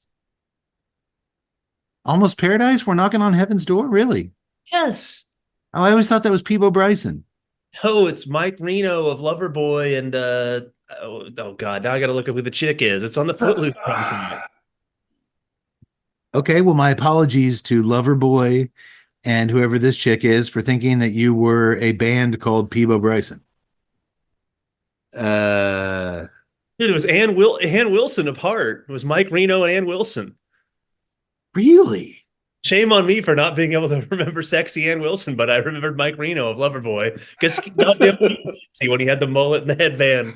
And man, I'm just gonna say it. Loverboy's Working for the Weekend was a monumental song for me growing up. So I feel bad that I didn't pick it up that it was him. And I always thought that wasn't a band. That was just a dude named Loverboy. And you're telling me there's a singer with a different name. Mike Reno, which, come on, that's the awesome fucking name. Well, he should be a character in this movie. Dude, back in the day when he wore the '80s linen blazer, Oh, dude, it was Loverboy. Loverboy had a lot of red leather pants and straps, and or was that Peebo Bryson? no. Reno did the leather pants. That was in the early '80s. Turn me loose, turn me loose. Oh, yeah, you turned me loose too. My way, oh no way at all. Okay, all right. I'm sorry, man. You know what? These fire ants are stinging, baby. Dude, looking at the doctor's level of excitement, our next episode, I'm literally just going to schedule a block of Loverboy videos, and we're just going to just have some fun with some old school, and maybe I will mix a little Air Supply in there. Maybe I'll mix in a little Peebo Bryson. We'll see. Go out of it. You're the only one who's hung up on the peepo. Oh, you don't dig on the Peebo? Everybody's working for the weekend. Well, hey. Sorry. As he watches his family and mobile home burn, which actually was Hammer's mobile home, so it's not like he really sacrificed much. He turns to Hammer like, "Oh, what the fuck happened here?" He's like, "I'm gonna get him, Hammer. I'm gonna make all of them pay." Dude, did you ever believe Erik Estrada for a minute of that? He's not gonna make anybody pay. He's not capable of making anybody pay. He just looks silly. So montage number 6 then starts off with that girl band, the Sheilas, performing a slow rock ballad intercut with sequences of Johnny. Dude, sometimes he's got like a full beard during these scenes. Sometimes he's clean shaven. But we see Johnny as he takes out almost the entire Slaver Motorcycle Club. He uses guns, 2x4s, strangulation. He tosses dudes off the top of casino rooftops. This man is out for vengeance with a capital V. Eventually, he does get hurt. He's wounded by a knife to the gut. So he heads over to the Slavers biker bar for his final revenge. And the Sheilas are up on stage just wrapping up their final set. A cute blonde waitress, Mitzi, brings him a beer. And then when he collapses unconscious from the pain before he can shoot Rico and the guys in retaliation, she shuffles him back off to the safety of her apartment, where she nurses him back to health with her beaver. No, just some hydrogen peroxide and gauze pads. That was the best part of Doctor? Capping this movie. Doctor, have you ever seen knife wounds treated with beavers?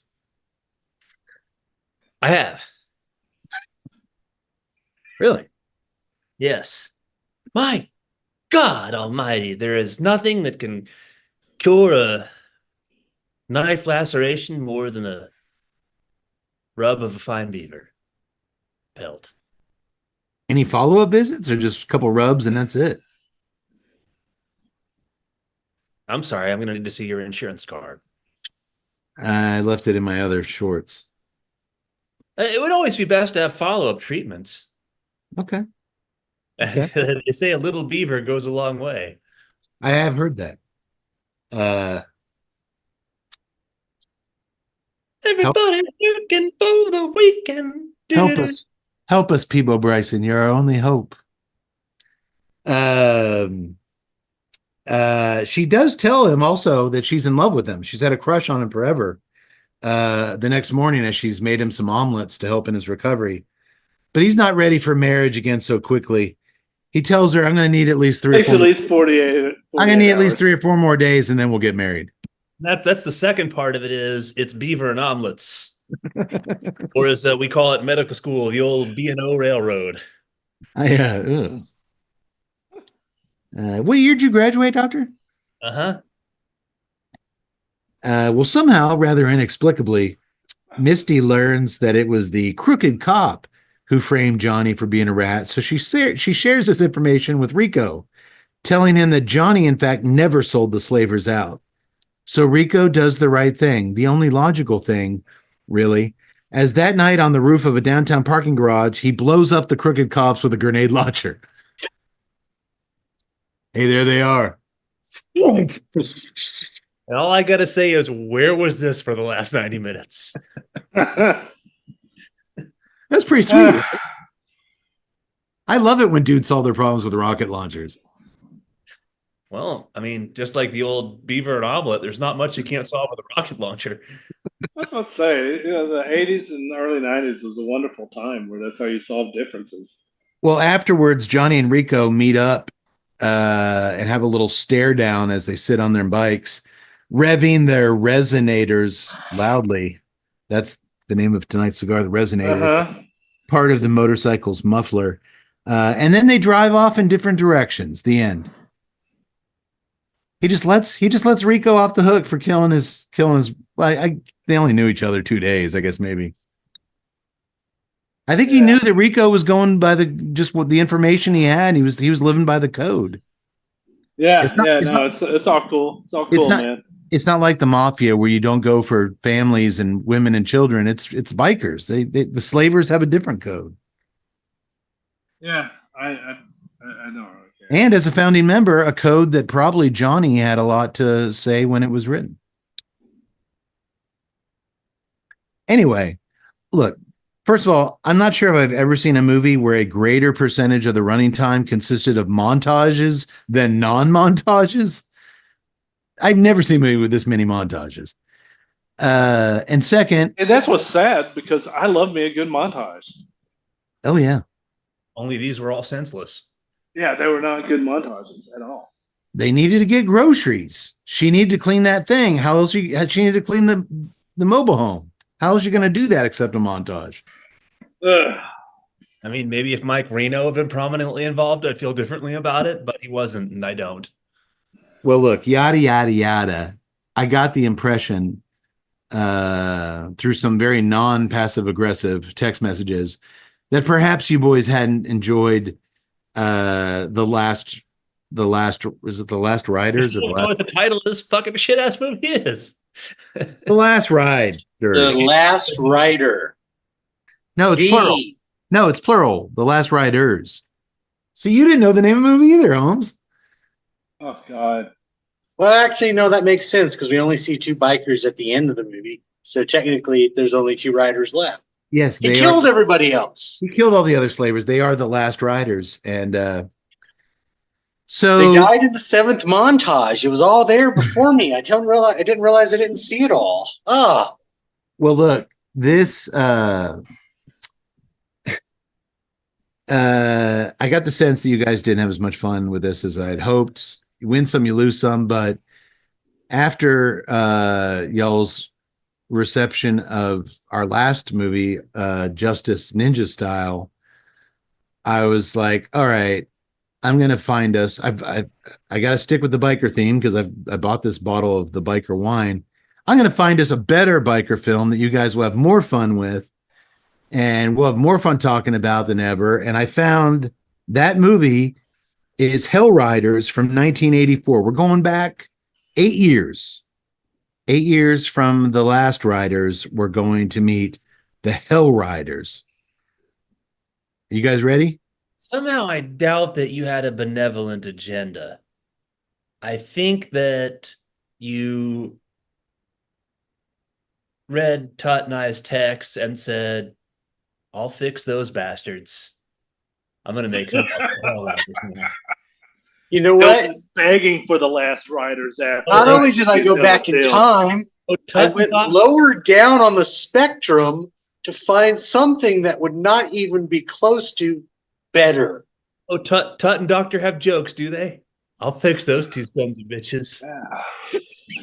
I'm not in a position to deny or confirm the doctor's suspicions.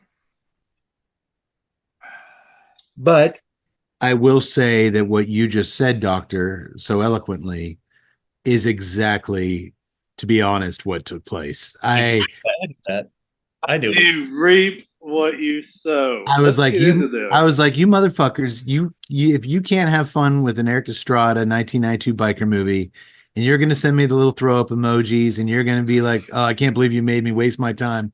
Oh, I'll really make you waste your time, assholes. I'm gonna find something, but you know what? It's gonna be a double-edged sword because one, it's gonna be technically a much worse movie from a technical standpoint than The Last Riders, but at the same time, At the same time, there's going to be some shit in it that I guarantee you will laugh out loud at, and you will have fun talking about.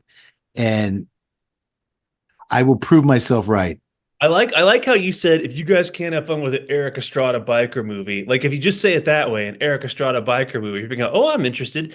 It was a boring piece of shit. I know you. You're like, okay, so I watched 7 minutes of Hell Riders, and I said, that son of a bitch. I said, he got so pissed that Tut and I got snarky, and you even sent me text. I picked out a better biker movie. You went and picked one out, and you go, I'm going to fix those two cocksuckers. I'm going to make them watch Hell Riders. I knew it. I knew it the whole way. Let me get more of my 3% beer. Yeah, I think I might actually switch to beers here as well. This would be a good point before we go into the Hell Riders. Yak Boy, could you tell everyone the beer that I am going to be switching gears to, which also I'm sure you'll realize has a motorcycle tie-in? I don't know if it has that, but it definitely has a Jetsons tie-in. Steel Reserve 211. The delicious hazy IPA, the Hop Sprocket. That's right. Spacely Sprockets. Hey, motorcycle engines have sprockets, correct? They have sockets. No, sprockets. Sprockets? Sprockets was that thing on Saturday Night Live. That was the time on Sprockets. That was the time we danced. No, motorcycle engines have sprockets. They have sockets. Yeah, we're going to go with that. From the ever wonderful Real Ale Brewing Company, of course, Real Ale. We all love Real Ale. They make our delicious Hans Pills, our Axis IPA. So the Hop Sprocket, 7.3%, 20 IBUs. I don't understand how they can say it's an IPA and only be 20 IBUs. My God. I'll be the judge of that. Small time is almost the same amount of hops, of IBUs, as the Hop Sprocket. You can't use hop and have so little bitterness. I'm going to take my first sip, and I will let you know. Now's the time we taste the hops. You're drinking orange juice. Oh man, that's not so. I've had so much better from Real Ale. It's a little it's got a little bit of dank fruit notes. It's boring and dank. We don't do bitterness, boring and dank here. The bitterness is very low. I would put it 40s. Smells better than it tastes. Unlike Kate's horrible beer, the bitterness is really high over here. Oh, the bitterness is high, all right. I'm going to probably switch back to my wine after that. Boy, Real Ale usually comes through. That's not very good. Have you ever had this, Yax? I have not. Yeah, don't. It's not good. Man, between the first movie, the cigar, and my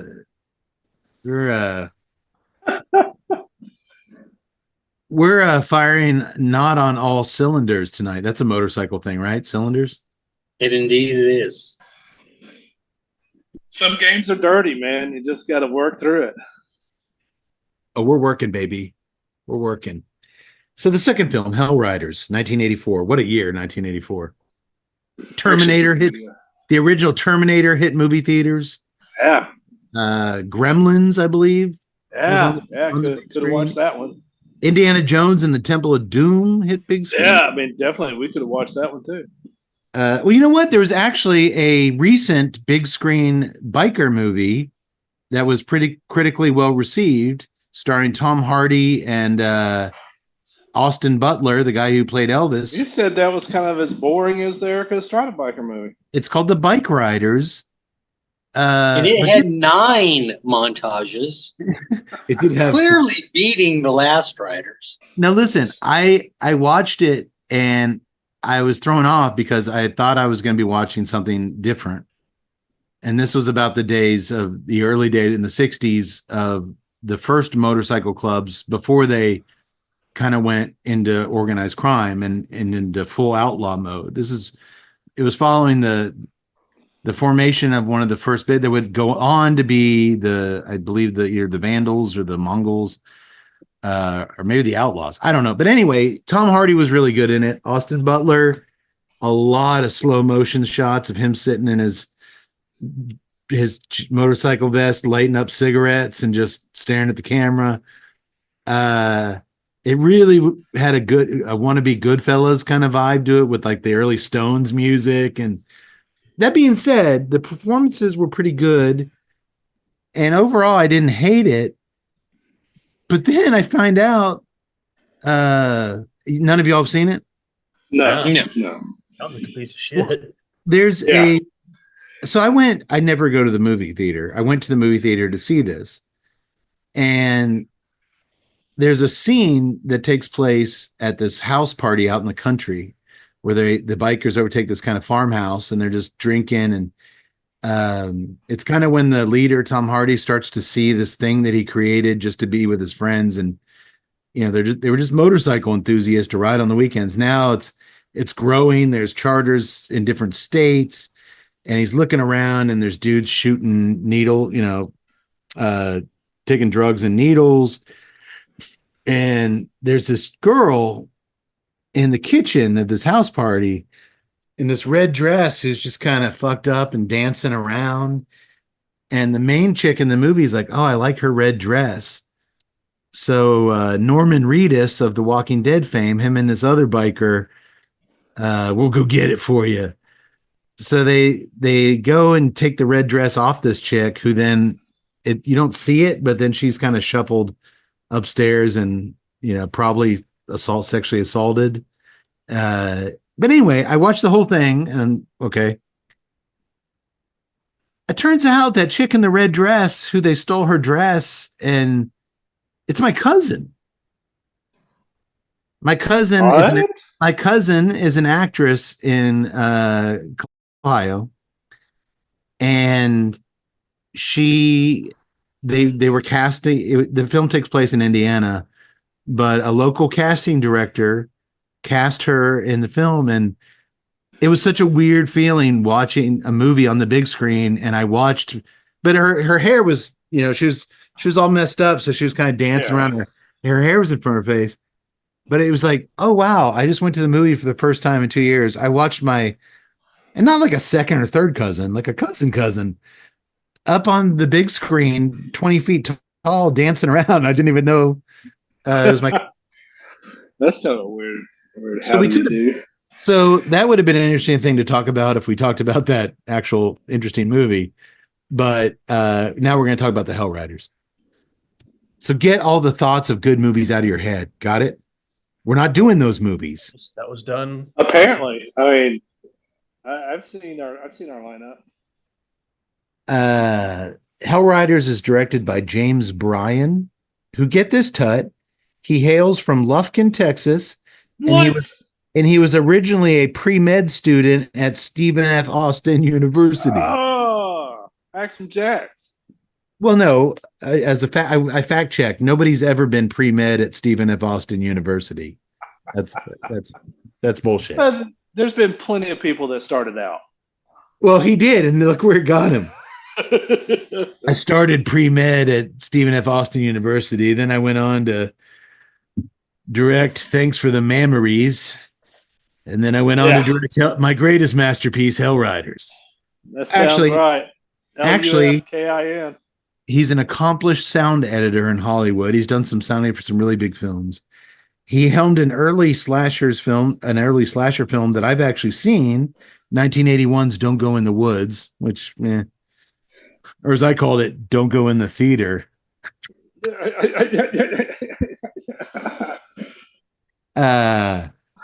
And then he took a cinematic side street and directed a few of the Doctor's favorite 80s porno titles, including 1986's Sex Aliens, followed by something called Bizarre Encounters. And then in 1987, he directed his last adult film, Thanks for the Memories. Doctor, what exactly was Bizarre Encounters about? Well, Well, that one's kind of open to interpretation. It's very much a avant-garde sort of. Oh, And you've seen Suspiria. I mean, it's kind of like there's a lot open to interpretation. oh. Was there some Duplassian mumblecore things at work too? Oh God, no! I would never resort to mumblecore. Oh, okay. No. Yeah, no, you'll hear my actors scream. I mean, say their lines. I, But It might be a little garbled, but you'll hear them. oh, Yeah. I'm sure there was some garbled. Forget it. Interesting enough, Hard to follow that one. I was gonna call it Close Encounters of the Turd Kind, but apparently there was going to be a lawsuit, so I just had to rename it Bizarre Encounters. Bizarre Yeah, encounters. we're watching that movie next. No, I'm actually gonna have to rethink this whole Tuesday Night Cigar Club podcast thing after tonight. Hey, after 10 years, you lean different ways, and Tut certainly has a niche of things that he enjoys watching in his free time. That's one of the cool things the Fire Pit is kind of over the last 2 years has kind of provided us with, is you get to see what kind of stuff the doctor's reading and watching on his own. Same with Yak Boy, come out with some comic books, some sci-fi series, and then Tut, you come in with your stuff, and it's certainly all very different than what I spend my time watching.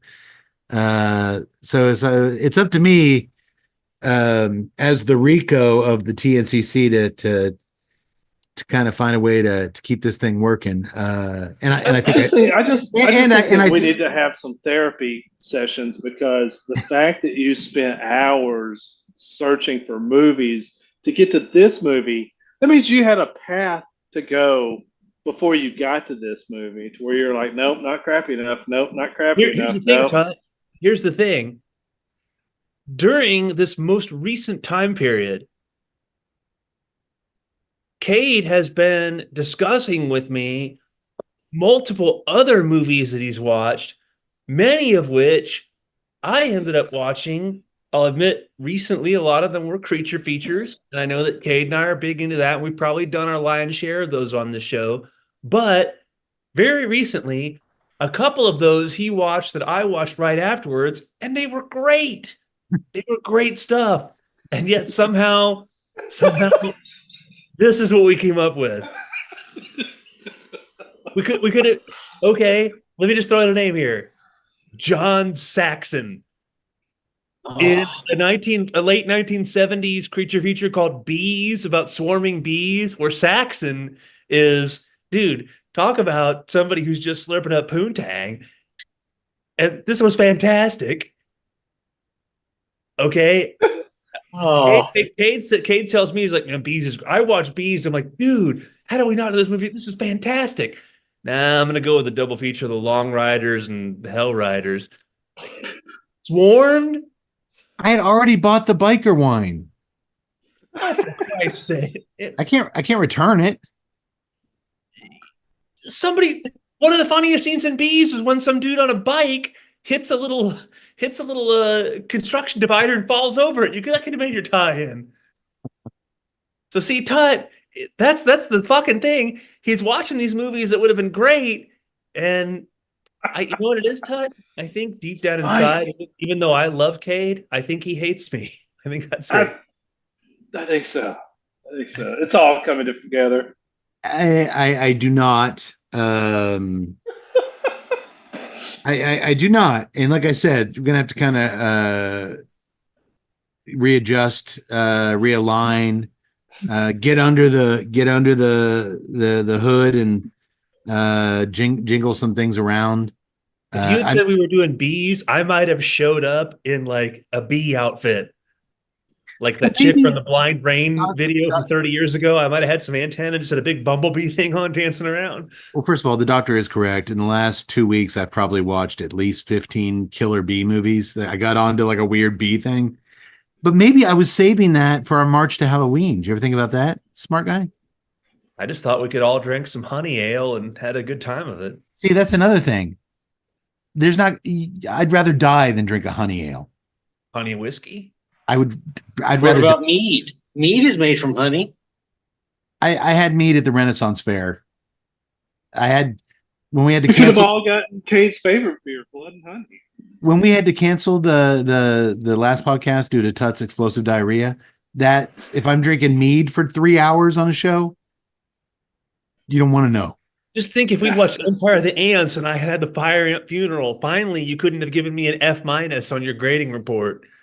Oh, he would have still done that. Which I pretend doesn't bother me, but it really does. So you say I need therapy. This feels like it's turning into therapy for more than me. Well, I had to watch Hellriders. I did a lot of therapy. Look, let's all just focus on what's really important here. Kate doesn't hate me, so You know what, Yax? You are his favorite. I think that's clear. I think Tut and I are both persona non grata. I don't care how you eat your potatoes. That's way out of left field. So just stuff that in a sack, mister. You can eat them gratin, grata, whatever you're is that a slam on Yax because he went to Ireland? Now he's Mr. Potato Head? Eat a book once in a while. I did eat a lot of potatoes. What's happening to us? Is this it? Is this the episode where it all just We are literally burning alive outside, and all we have left is this. I know. I had to turn off. We can't go outside. We have a love-hate relationship with the sun. We need it to survive, and yet we hate it so much. Thanks a lot, Erik Estrada. That's what I don't get. The doctor's the most fired up and pissed off one, and he's the only one in air conditioning. I had to turn off the goddamn air conditioner 2 hours ago. I'm like, I've got one little bit. It's actually really pleasant to hear. In fact, I'm gonna unbutton another button on my Hawaiian shirt here. It's getting a little gamey. It's really good. Doctor goes over to his AC. I'm actually gonna turn this up a few. It's getting a little chilly in here. I'm gonna kick it up a notch. Actually, it's getting kind of cool in here. All right, can we just hold this ragtag ship together just for a little bit longer and we get through the Hellriders? I'm not angry. I'm not angry. I'm just a little bit hurt. If Hellriders is the last movie we ever do, let's do it right. I can agree with that. I'm gonna need another fire ant funeral. Who's with me? This guy. Yax? Let's do it. I'm in. Let's do this. Let's do this the most we've ever done anything. I'll only do it, though, as if the movie has Batman in it. Yax, you have no idea how lucky you are. Yes. The film's first opening credit has to be intentionally deceiving, as it claims 21st Century Distribution Corporation presents. They clearly want you to think that says 20th Century Fox presents. But they would never touch this movie, 20th Century Fox. You crazy? It's too awesome. They don't deal with stuff like this. They're too busy with the Die Hards in 1984, the Lethal Weapons. They're not going to touch Hellriders. Actually, that's a little before Die Hard, but much like our last film, do you remember The Last Ride? The Last Riders? I'm trying to forget. Hellriders opens things up by introducing an attractive woman driving through the desert in an old beat-up sedan. And who is this attractive woman, Tut? Begging her rundown jalopy to please just hang in there and make it to the next town? I don't know. I was looking at my screen going, please just hang in there and make it to the next movie. Well, the reason, Tut, I asked you is because I knew out of everyone here, you'd be the one who didn't know who she was. Yeah, I didn't. You ever see Gilligan's Island? Yeah. Ginger? No way. Way. Hence the beer choice. And Yax finds her juicy. Oh. I was a Mary. She was a filthy pirate hooker. Why wouldn't I? I was a Mary Ann fan myself. Somehow, trapped on that island, she had an endless supply of evening dresses. Come on. That is Tina. That's Tina Louise. Why couldn't we watch Gilligan's Island? she is Tina Louise, Ginger of Gilligan's Island fame, and she's playing the character of Claire Delaney. She's a big city gal who's wearing more leather fringe than Rico did, and I didn't think that was humanly possible. Good God, there's so much fringe on tonight's episode. Claire pulls into the remote town of Ramsburg and is immediately ambushed on the outskirts by the Hell Riders, a brutal, psychotic motorcycle club that, unlike the Slavers, they have matching cuts on the back of their jean jackets and another consistent wardrobe theme, and they all wear different types of headwear. One dude's got a knit cap, one dude's got a Confederate Army cap, one dude wears a football helmet around. The leader, Snake, he's got a headband he wears around his head. And when he finally corners Claire, he gives a swift kick of the boots to her stomach, knocking her out. Just as the Hell Riders are going to have their way with her, another local biker gang led by Big Ed rolls up and tells Snake, hey, man, leave town and leave all the civilians alone. It's our turf. Big Ed leaves his second in command behind to make sure that the Hell Riders do, in fact, leave Claire in peace. But the Hell Riders just beat the shit out of that poor kid. And then they drag a stuntman that looks nothing like that kid by a rope from the back of their car. I thought there was two different people, and I was like, is this like that karate movie to where like there's two different people? This guy comes from nowhere. Dude, every stuntman in this movie, they don't even bother to put a wig on. So whenever a character's dying, it looks like a different character, but it's supposed to be the other person. They just don't look anything like them. In the old days of the TNCC, we would feast on something like this. Putting a noose around one dude's neck before they drive him, and then when they cut to him, he was a short, stocky Mexican dude. When they cut to the dude being dragged, he's just a 30-year-old white dude with totally different hair. All right, but see, here's the thing: here's the thing. The whole thing was that quality. And when you have like one mistake like that, yeah, it's an anomaly, it's crazy, it's quirky. But when you don't give a shit about any of it, I mean, I literally thought that this cast was like 370 people. And no, apparently it's only like 15. They just got 370 people to do all the stunts. Well, 370 people in it. I saw the same 10 brain damaged idiots just fighting each other over and over again. I was disappointed because when they introduced Big Ed, I was like, all right, I can get behind Big Ed. I'm liking Big Ed. I'm getting some River Bottom Nightmare Band vibes from Big Ed. Let's go. And no, he's kind of like nothing. Big Ed kind of reminded me of that guy in Fletch Lives when he goes up to when Chevy Chase is like, "I'm Ed Harley Davidson motorcycle." He's up, "Hey Ed, what you doing here, pussy?" Is that guy from the Nazis from Natchez? Kind of reminded me of that guy. Yeah. Well, we cut to downtown Ramsburg, which sure looks like a fake town built just for the sole purpose of making movies in it. It's like an old Western town, but has paved streets, and there's the occasional cars driving around. It's very weird. No, it's an authentic ghost town, my friend. As Dr. Dave is out on his morning jog. Todd, I'll let you redeem yourself. Who plays Dr. Dave? It's Adam West, Batman.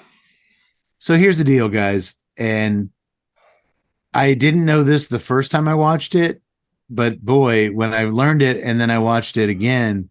Oh my God. You watched this twice. It was actually, so apparently Tina Louise, Ginger from Gilligan's Island, and Adam West, they paid $10,000 to each of them for one day's work on set. That makes sense with Adam West. So they spent the bulk of that time just shooting them with the sky behind them, looking around and reacting so they could drop that footage in wherever. And then because they're only had them for one day, the rest of the movie, their stunt doubles have to pretend that they're whatever, but they didn't think it through enough to be like, all right, Adam, let's get some shots of you wearing this collared shirt in case we do He would shot everything. The movie doesn't And take that, in just one day. So the jogging clothes that he showed up in on set that day, that dude wears the entire film. And whenever he leaves the doctor's office or anywhere else, he puts on this very distinctive hat and his little jogging outfit. But yeah, the 80% of his character in the movie isn't actually Adam West. It's an actor who's tall but doesn't look anything like Adam West, just wearing this fucking jogging suit and the hat.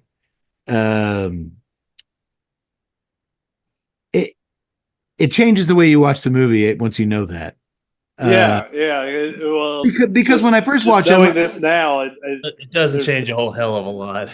well, when I first watched it, I was like, man, do they really think? But then when you realize, oh, they only had him for one day, oh, I see what they're trying to do.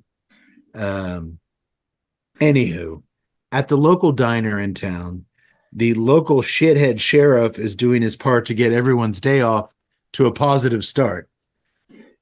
Morning. He tells the old waitress Iris, hey, maybe if I keep ordering the breakfast special, you'll make it right one of these days. And then he tells this old farmer who's worried about he's got some heart pain. It's nothing. All you need is a good piece of ass. Isn't that right? And he turns to the dude's daughter and then he laughs some more. Doctor, first of all, is a good piece of ass actually a recognized treatment for angina or chronic chest pain? It is if you're just ready to go ahead and call it and head on off the mortal coil. Then why not? But as far as otherwise, no. My God, that's a therapeutic. No. The sheriff really did not have any sort of I think he was saying that just for a cheap laugh. At which he failed miserably. Well, he laughed. So I guess, then it was a cheap laugh. The cheapest. Cost him nothing. The sheriff is something else. He's even arranged for an old semi-retarded high school buddy of his to marry his young waitress daughter, Susie. And then, in a bizarre twist, he schemes to have that guy come into the diner and feel up the pendulous knockers of one of Susie's co-workers just again to get a laugh. For him, that is. Nobody else finds anything he does amusing. Yaks, real quick, I like to dot my I's and cross my T's. They were pendulous, yeah? Indeed, they were. Okay. At this point, I will admit I was so turned off by what I was watching that I started reading while I was watching the rest of the movie. What were you reading? Well, it's actually a book called Barbarians at the Gate. It's about the leveraged buy of the RJR Nabisco company. Took place in late 1988. You chose to fight the boredom of this movie with a book about crackers? No, it's a business book. It's about the history of the RJ Reynolds company, the history of the Nabisco company, and a leveraged buyout that really talks about the greed of the 80s and the Wall Street culture at that time. And one of the authors, his name is Brian Burrow, and he is from Temple, Texas. Oh, our hometown. Born in 1961, so a little older than we wouldn't have known him, but wrote several nonfiction books.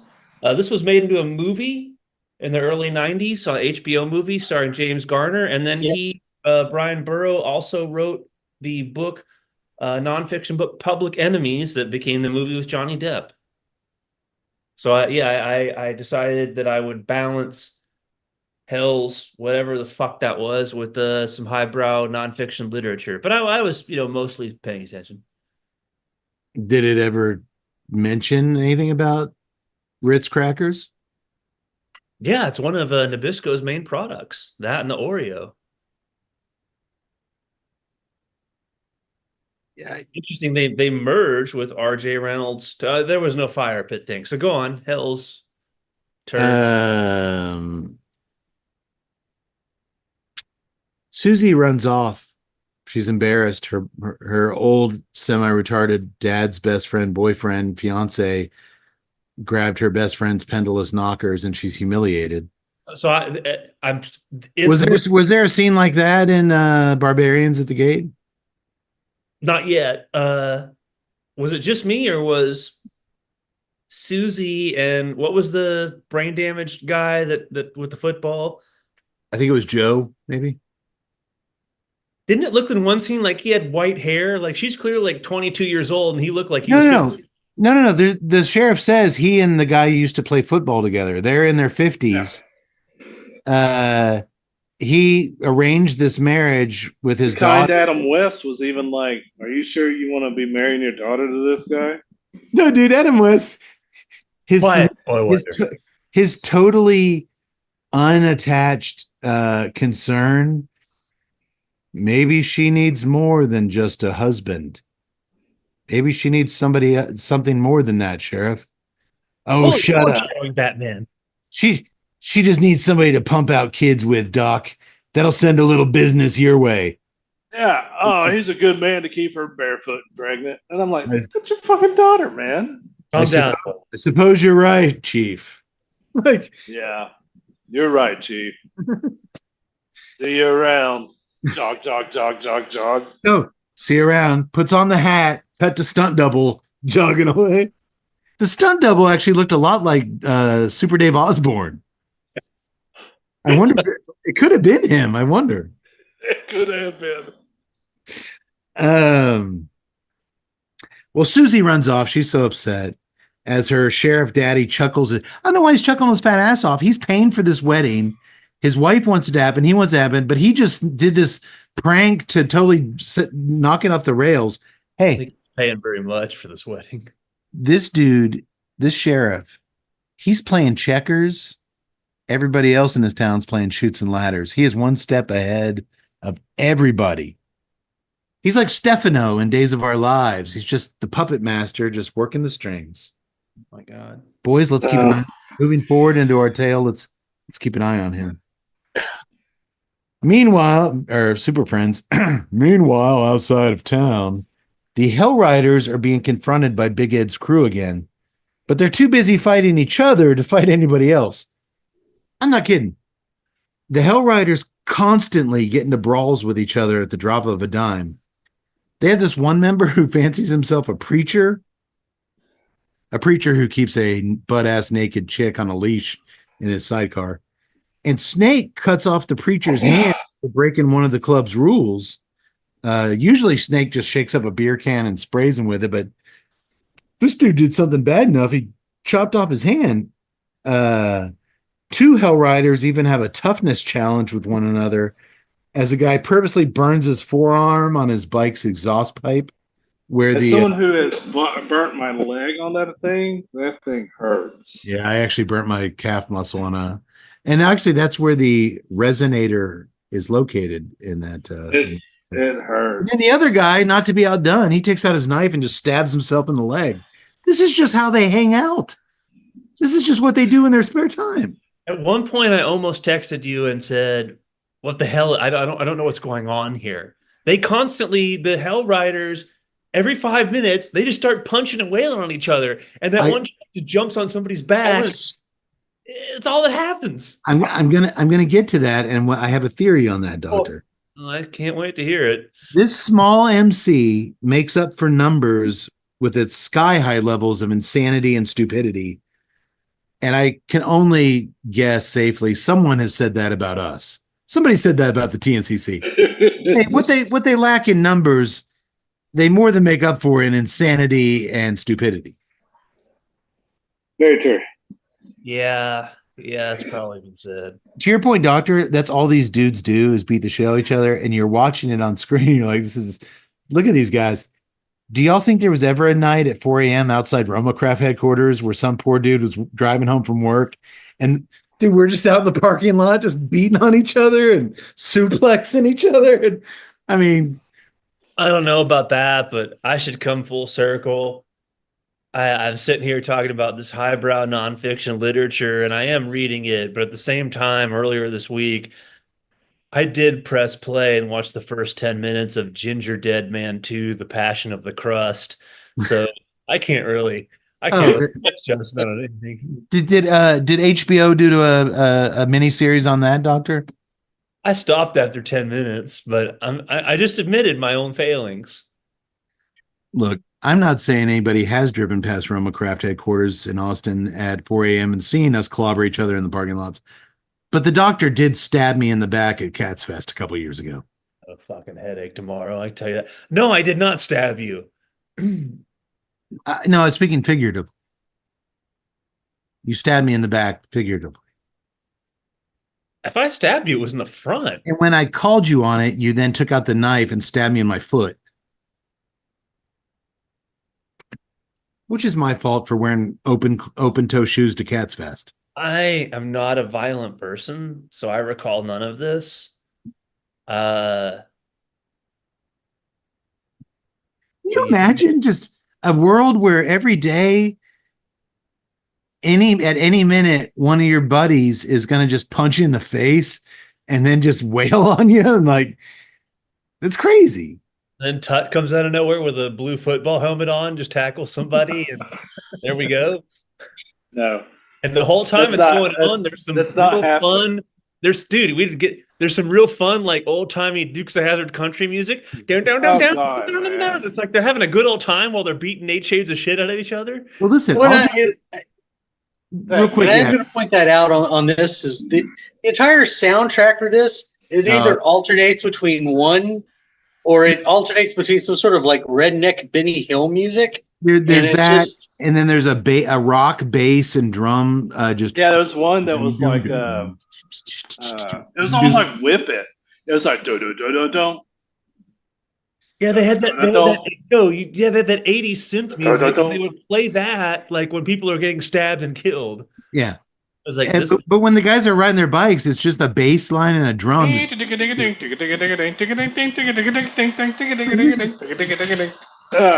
here's the thing, and tell me if you guys agree. All jokes aside, this is how I imagined real motorcycle clubs behaved when I was a kid. Which, of course, isn't the case.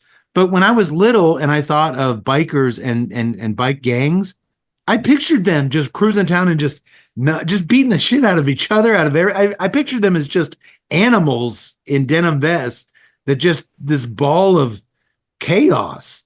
And that's what these dudes are, which is not realistic and not like, actual motorcycle clubs, but it's exactly how, 10-year-old me thought that the Hells Angels would act. Just a bunch of dirty dudes that never showered, who just, if they couldn't find someone to fight, they would fight each other. And this movie just takes that childhood idea of bikers and just goes fucking all the way with it. But Claire, Ginger from Gilligan's Island, she leaves her car at the mentally challenged mechanic's garage. The guy that squeezed the knockers, Susie's fiance, he runs the garage. So she leaves it there to be fixed. And get this, it's going to take a few days to get the parts. So it's just like the last riders. A lot of coincidences here. Just got to order away for parts. So she walks over to the sheriff's office, which, surprise, surprise, gets her nowhere. He confesses to her, I hate filling out paperwork. And he figures it's not worth it for a $200 Vegas whore like her. Look, she gets all indignant about it. $200 whore is not really an insult. Yeah, sure. The whore part is $20 whore, $10 whore. If you really want to hurt her feelings, you're not going to throw $200 out there. Well, I think the whole thing is the whore part is. They mention that in your documentaries? I don't watch any documentaries. So Ginger finds herself stranded again. At least on the island, she and Gilligan were the only morons. Am I right? No, the skipper wasn't too brilliant. Hey, I had a thought when I was watching this movie. Is Ginger like referring to redheads? Is that where that comes from? Her character? Effectively, yes. I don't know. I never thought of it.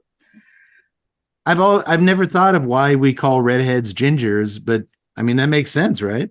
Gingerbread's kind of reddish. Yeah, but the ginger root isn't. They also could have just named her that because that was around beforehand. Who Oh, do you knows? think they were calling redheads gingers before Gilligan's Island? Perhaps. I Oh, don't. yes. This would actually be an interesting topic if I had looked into it beforehand and I presented it as, guess what? I learned that we call redheads gingers because of ginger, but I didn't do that. So I probably shouldn't have even brought it up. That's on me. Well, yeah. Claire then heads over to Dr. Dave's office. He's still wearing those jogging clothes underneath his white doctor jacket, where he aggressively grabs her shoulders and drags him into the examination room. He cleans up her head wound she suffered at the hands of the Hells Riders, and Dr. Dave tells her that living in Ramsburg is a lot like waiting for a patient to die. Mostly, it's just really quiet. What an odd thing to say, and it's even odder coming from Adam West. Like, yeah, this town reminds me of watching people die in my office. I think when you show up on a movie set at around age 50 or so, 50, probably early 50s, for your $10,000 for one day's work, you're probably not going, this is an odd thing for me to say. I think you just sort of are like, I'm here for my 10 grand. Oh, no, I just meant as I'm anything. out on the red eye. Anything Adam West says just sounds weird. Like the dude's mannerism and way of speaking, he can't be not odd. I'll just say it. I'm not an Adam West fan. There. I'm a huge Batman fan. I appreciated it as a kid, but I'm not a big Adam West fan. What did he ever do between Batman and voicing Mayor West on Family Guy? Mayor West was the best character he ever did. What did he do in the 40 years in between? We have actually, can any of you noobs remember, we have featured him in a movie on the Tuesday Night Cigar Club podcast. Can anybody remember what it was? Doctor, you're excluded because I don't think you were there for it. Let's say 50-50 chance I might not have been there. He was in the background of Sing 'Em. No. Oh. He played, it was episode 69 back in 2018. He starred as the mustached Hollywood movie star who Burt Reynolds was his stunt double in Hooper. Yeah, I did not.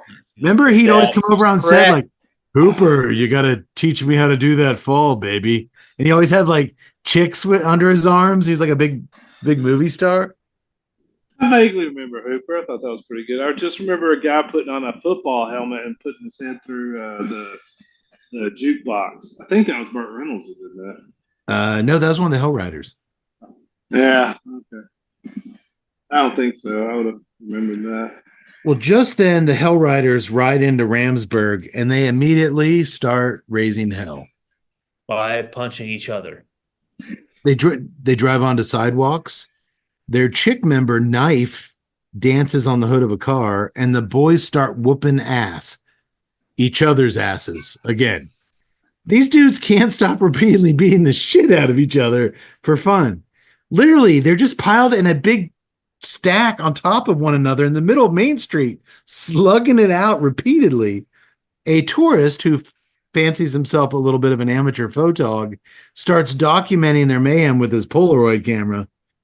And when the bikers notice him intruding on their business, he runs into the crowded diner with the Hell Riders in Tut. Yeah, Hot Pursuit. Yeah, good job. Hot Pursuit, yeah. So much stuff to rework. Inside the diner, the crazies kept, you know what it is? The older we get, the more fucking burnout and bitter and angry everyone gets. No, so it's like the shit. A B movie, and Mitzi would have been in a B costume. Yeah, I'm actually really happy. I feel like I'm aging well. I jog daily. I feel good. I'm happy. I'm not angry and bitter. It was Jogs real nice. Jogs real nice. this movie choice. Everything else is going okay.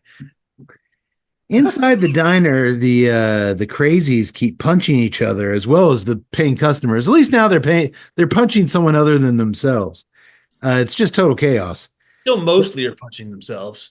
Still, well, they're like, hey, folks, here's what you do in the case a biker gives you a hard time. And they punch a biker in the face, and then they shove a biker into a tourist's face. And like, what are you going to do? And he punches the bike, and they're like, good job. And then they beat the shit out of that dude. Yeah, it's honestly some of the most horrible writing and horrible acting I've ever seen in my life. There's a sheriff's deputy present eating lunch at the counter, but he's too scared to do much of anything. But they did give him the leash to the naked chick, so he's just holding on to that till things finish on their own volition. Just when the violence is reaching a tipping point, Dr. Dave, Adam West, walks in wearing that jogging suit and proceeds to dislocate Snake's arm just as the club leader is about to stab a waitress and rape her. A stunt double wearing Adam West's clothes and ball cap drags Snake outside to the street, where the doctor heals his arm in exchange for Snake agreeing for him and his boys to leave town. All problems solved, right, Yax? Absolutely. Wrong. I like to see that. I like to see everything No, Yax. harmonious. No, Yax, you're wrong. No problems were solved. Oh, Claire's, damn it. like I said, Claire's car needs a part that won't be delivered till the next day. So she's forced to spend the night at Erik Estrada's rundown mobile home. Sorry, wrong movie. She ends up living at the sheriff's house for a while, the same sheriff who called her a whore that morning.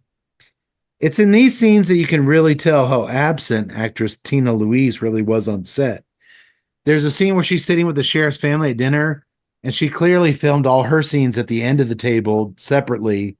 And then it cuts to the rest of everybody, and then her. There's another scene where she's talking to Susie outside, and she keeps this red scarf over her face because when we cut to the wide shots and her leaving, it's clearly a different stunt double who's not Tina Louise.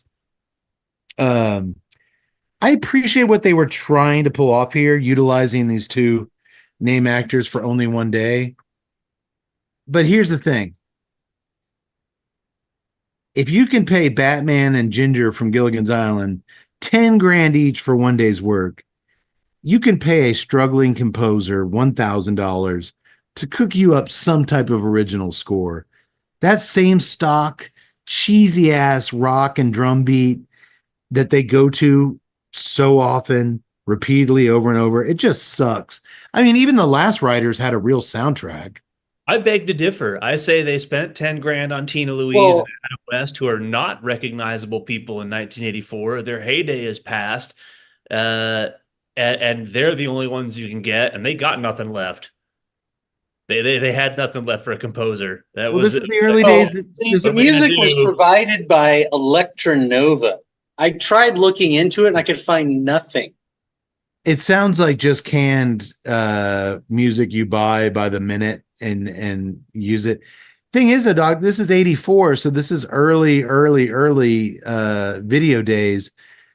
I disagree. Putting Adam West, Batman's Adam West, and Gilligan's Island's Ginger on the cover of your video box, I don't think nobody knew who they were. I think I didn't say nobody knew who they were. Okay, Batman ran from like 65 to 67. He's done nothing in between. Gilligan's Island, same thing. It's been off the air for 15 years. So older people know who they are. It's not like people are going in and like, oh, let's see, Indiana Jones and the Temple of Doom's on the shelf. Hey, this Gremlins movie is on the shelf. Adam West and Tina Louise that nobody's seen in 15 years. I'm renting this fucking shit. Well, no. I wasn't meaning to imply that it was people were like the Hell Riders punching each other in the video store to get their hands on this tape. But I mean, they weren't. I mean, we know who they are, so that was even closer to then. So people in 1984 surely knew who they were. They were already has-beens by 1984, and the point is they got their $10,000 check for one day. This was such a low-budget piece of trash. That's why I can easily see that it was like, man, you know what? It would be really cool if we had some kind of score for all the action in this movie. Yeah. Well, we only got $20,500 and we spent 20,000 on West and Louise. So we're just going to have to get Electra Nova, who happens to be the band, the one man mic show that Snake does on Saturday nights at the Rotary Club. Boy, it wasn't just the type of music, it was the same music over and over, but I could see for you boys that would just be one more thing to add to the list. Help me out here. Help me out here. Other than Hooper, somebody tell me, and I'm not trying to be smarmy about it. I don't know, and knowledge is power. So I would like to know. Sure. Other than Hooper, between Batman and Mayor West, the voiceover on Family Guy over 40 years later, what else did Adam West do? I don't know. Say he was in TV, had like an episode here and there on various shows. One of my favorites so did here and there is this. So yes, but he did on the late 80s, early 90s, the Batman the Animated Series show. He did an excellent episode that paid homage to the original Batman, 60s Batman. Don't you think, though, that he's one of those guys that landed the iconic role to where, I mean, the guy's got over 100 IMDb acting credits. Don't you think once you kind of get that one role like Batman or Ginger on Gilligan's Island, you can kind of coast on that quite a ways? Well, no, it was one of those things where it's like he had difficulty because everyone, and he got typecast. He was the sort of kooky 60s Batman, and that's all everybody ever saw him as. And so nobody ever gave him. You know what, though? I think that, but I haven't seen anything that. I mean, you should be thankful for that cast. I'll say this. Well, but it was one of those things where it wasn't so much like it was typecasting, but it's like everybody knew who he was, but yet he couldn't get any work because of it. So, and then, right. And so, like, with the Batman the Animated Series, they did a whole episode based loosely. So, like, the character they gave, he did the voice with Kevin Conroy doing Batman, but he did a TV show, an older TV show, superhero type thing that, Batman watched as a kid called The Gray Ghost. And it was a phenomenal. It was almost like rated for an award. This is all great. It's one of the most beloved of that show. So, I mean, I love that series. I have to apologize because for 10 years, I have looked down my nose at any actor that took a check and showed up on a show on a movie set and just took the money and ran. But if I were on this set, I am sorry. I totally understand why you would just show up, take the money, and run. I mean, I don't know, maybe the set was awesome and the director was warm, had a bunch of notes, and the cast was all loving and great, but none of that translated into this film. None of that translated into the character in this movie. I'm not even sure this movie had character other than a bunch of stuntmen just beating the shit out of each other. I'm just like, dude, if Ginger is like, what the fuck? Get my agent on the phone. Oh, thank you. Thank you for the gig, but I'm out of here for it. She's not doing anything else. I know. She was almost 50 years old at that point. She hadn't been on TV in 15 years. Name something else with Tina Louise in it. Look, okay, you're right to an extent. Okay, like everybody knows who Adam West is. George Reeves, who played Superman in the 50s, ended up putting a 2-barreled shotgun in his mouth and killing himself because he could never get over it, never get any other work. Thank God Adam West didn't do that. I'm just saying these were not recognizable people.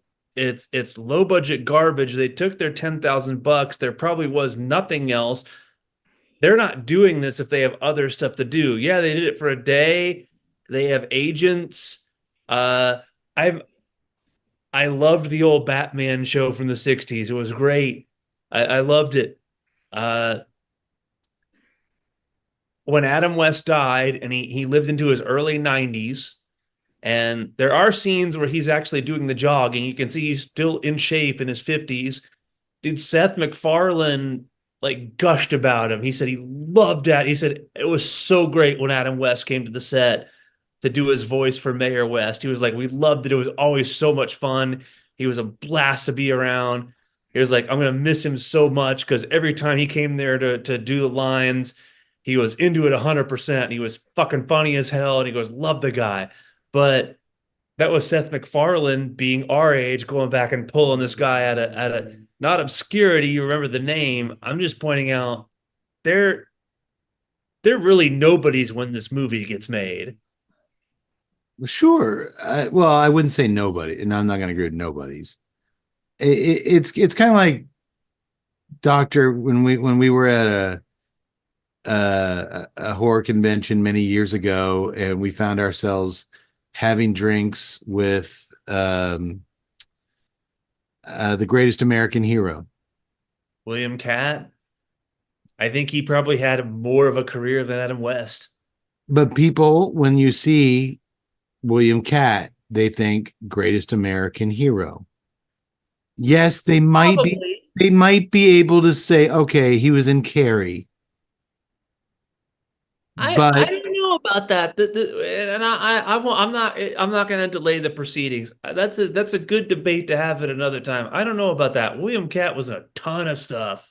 So did Adam West. Man, he had 100-something credits that were non-Batman. I think like 99 of them no one saw. I think William Catt was in a lot of stuff. Well, the House movie was very popular in the 80s. I like the House. It was very popular. He was in a lot of those Perry Mason made-for-TV movies that were very popular. The Perry Mason made-for-TV movies. I didn't know about those. Okay, you going to put those in the category of Hell Riders? Now you can't laugh at that. You can't compare the two. I can't laugh at you defending someone's IMDb credits, but they were in a lot of Perry Mason mysteries. Come on. Versus Hell Riders. This is an abject piece of shit. Hell Riders is an abject piece of fucking shit. It's one of the worst fucking movies I've ever seen. I watched it. I never watched a Perry Mason murder mystery. Well, you probably never read Barbarians at the Gate either, but I'm not going to judge you. You watched it because you were trying to spite us. Yeah, the only reason you watched it, exactly. Thank you, Tut. The only reason you watched it because you were like, fuck Tut, fuck Mency. I'm making him watch this piece of shit. Yeah, and look, you're even more pissed off than when you watched it. That's because I've had 4 of these fire ant cans. They're Jesus. What's the one thing that can taste worse than an Oberon wheat ale? Oh, and a fire ant amber ale in the middle of summertime. Not bad. It's got a little kick me. Plus, I had 2 pre-show whiskey and sodas to put up with you guys. There you go. Specifically you. Well, we were talking about the soundtrack. Once again, I think we're failing to realize the important thing here is he wasn't trying to smite me. That's right, Yax. No, I think you're right. Yax was completely out of my target zone. Yeah. It's because he was out of the country. Yeah, he was over Dublin. I'm sorry if I was elsewhere. He was busy enjoying myself. He was busy in 60-degree weather. Drinking Jameson and slurping up all that leprechaun poontang. Did you get any leprechaun poontang, Yax, or did we don't talk about such things? This is a family podcast. Well, that's bullshit. But that's true. If you don't want to divulge those details, that's cool. Manson family. We were talking about the soundtrack earlier, and speaking of music, which we were 20 minutes ago. Tut, do you know what cigar on the scene is making everyone bang their heads in delight? Man, I think everyone's riding the lightning and getting the black or the shade of black. Oh, the Connecticut grab the blackened S84 shade to black. You're too for buddy. The cigars are a passionate project between Rob Dietrich, the master distiller and blender of black and whiskey, James Hetfield, Metallica's co-founder, singer, and guitarist, and Jonathan Drew, founder and president of Drew Estate. The blackened S84 shade to black takes cigar aficionados on a nuanced journey with its deliciously smooth and inviting blend. Wrapped in a luxurious Connecticut Ecuador cover leaf, the consumer experience of this expression is distinctly different from the original, while still retaining the foundational qualities of M81 due to the Connecticut River Valley broadleaf Maduro binder and the Nicaraguan Maduro and the Pennsylvania broadleaf Maduro filler. I can agree with that. Jonathan Drew exclaimed, I just walked inside our humidor here at headquarters and viewed the new white Blacken box sitting alongside the original black Maduro box. All I can say is, wow, it's so in your face. I love it. The new S84 Shade to Black is a must try for any Connecticut shade smoker. It's like a deep, dark, rich Connecticut that's smooth as silky velvet, plush with triple plushness. Rob Dietrich, Blacken's master distiller, has been one of my best friends for almost 15 years. He brought Hetfield into the mix, and I brought Willie and the D brand team. The project is dope. We're having fun with it. I actually think we mentioned in our review the triple plushness. Did you guys pick up on that? The triple plushness? Yes. Our website doesn't work anymore, but when it did, we could go back and reference these things. Maybe the website crashing this week was a sign. It's a fantastic smoke, folks, so go grab you one. By the way, get back to the movie real quick. Todd, are you actually still smoking this is the longest No, into no, I literally still have an hour and a half, so I'm dude, I just now got to the size of a normal cigar. Oh You know my, me, I smoke way too fast. all right, well, let's finish that up real quick. It shouldn't take long. Earth, leather, and occasional pepper spice through the nose is all I got the entire time. Yeah. basically yes. You guys, I will say, at least now that I think I'm past halfway. It's been so long I can't remember, but it has been getting stronger, at least pepper wise, and a little bit stronger flavors, more intense flavors. it seems like the strength has gone up as that pepper arose around the 50-yard line there. Do you guys want to guess what this behemoth costs? It is Are they charging by the length? See, that's my problem. Is that it's a Connecticut broadleaf wrap cigar with a Connecticut Habano binder. That's unusual. And then, man, I was hoping with the combination of Nicaraguan and Dominican fillers, we'd get that Nicaraguan earthiness. I was hoping the Dominican would bring something else to the party, but no, man, it's just leather and earth. Yeah. Tut price point. I don't know how to price it. It's a 4-hour cigar, so keep that in mind. I'm going to roll in at 15. Man, I wouldn't do anything more than 12 on this. CAO is not known for jacket. Even on their Amazon stuff, they don't jack it up there too high, which is kind of their most, I guess, premier stuff at this point. The Amazon Basin releases. Those even don't tend to get too high. This baby will cost you $12.79. Okay. Yeah, it's a little bit tough to price it because there is a lot of tobacco used to make it. Hey, now that it's halfway down, it's actually smoking better. I'm having to relight it. I mean, to be fair, if you didn't care about flavors and complexity and profiles and enjoyment, but if you just wanted something to light on fire and stick on your mouth for an entire football game, this would be your cigar. Yeah, I mean, I'm not saying it's the Hell Rider of cigar. I mean, there is a place for this cigar. It's just very specific. You gotta be in for a long haul. And at a price point at $12 for this long of a haul, that's not bad. But well, I just know going into it, it's just that leather note, and that's it. I disagree though, Todd. I think this is the perfect cigar when you're like, the kids are getting on your nerves, and the wife's like, you're like, hey babe, you know what? if I can, if I can just step outside for a cigar and get my head straight, just pull this bad boy out of its sheath. 4 hours later, I'm coming in the house drunk as a skunk, smelling like fucking burnt leather. And hey, that's the family's problem now. Like I said, there is a market for it. Interesting. Okay. Well, yeah, I'll never smoke one of these again, ever. Life's too short to smoke long, boring cigars. But I can't remember the last time on the show I had something this unremarkable, actually. And I'm talking about the cigar, not the movie. By the way, speaking of the movie, One of us is. It's worth mentioning that there is a whole plot angle about Susie, the sheriff's daughter, wishing to back out of her upcoming wedding to the dad's old mechanic buddy, but nobody cares here on our podcast or in the town. So I'm just going to skip over all that.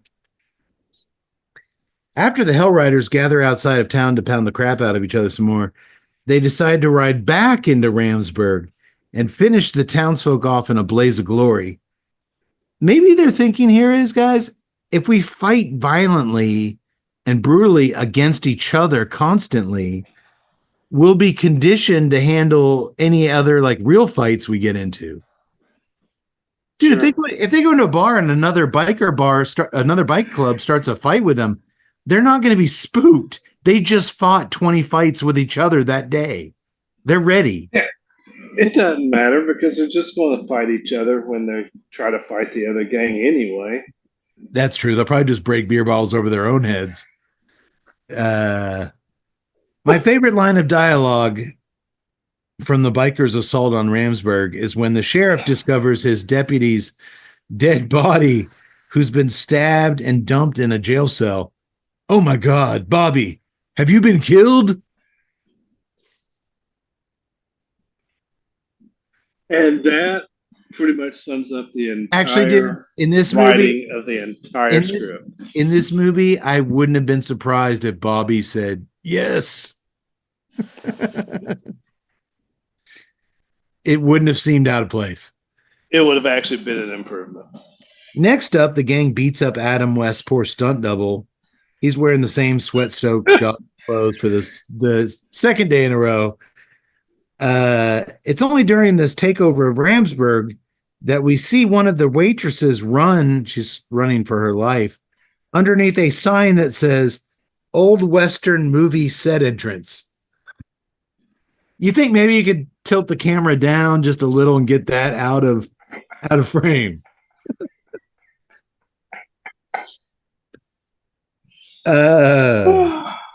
Oh, and they also beat up the mechanic's body double nice and good. Seriously, it was a white-haired dude that was going to marry Susie. When they beat him up and toss him to the ground, it's a younger dude with brown hair. They just put him in that jumpsuit. Looks nothing like the guy he's supposed to be. It's the same guy that they beat up at the beginning that was the young bikers double. It was the same dude. Stick around for a day. Here's $20. We might need to beat you up again later on. All right. I said I appreciate what they were trying to pull off with Adam West and Tina Louise. Maybe I don't fully appreciate what they're trying to pull off here. When your stunt double has more screen time than you, the actor, does, that it's a balance, and that balance is out of whack. Just as things in town are reaching a fever pitch, the bikers hear Claire screeching her tires, escaping, getting the hell out of there. So they mount up in Hot Pursuit. Even during this chase scene, though, the Hell Riders are still trying to wipe out each other on the road. Dude, one of the Hell Riders is driving a car, and he's trying to knock the other Hell Riders off their bikes. In fact, when the pursuit switches to a foot chase, Snake falls down a rocky cliff while running after her. He's clinging onto the ledge for dear life, and two of his biker buddies just laugh at him instead of helping their leader, and then they toss a pebble at him and watch him fall to his death. Splat. Why would anybody ever join this club? That's like the one incentive of joining a motorcycle club is your brothers You're choosing your new family. We always have your back. This is the opposite of that. Well, the locals finally get smart and they're like, hey, we own rifles.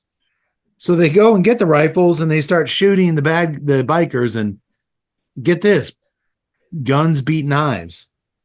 Unfortunately, or maybe fortunately, the sheriff is shot dead in the melee, and Adam West's stunt double is also wounded. Where was I? Oh,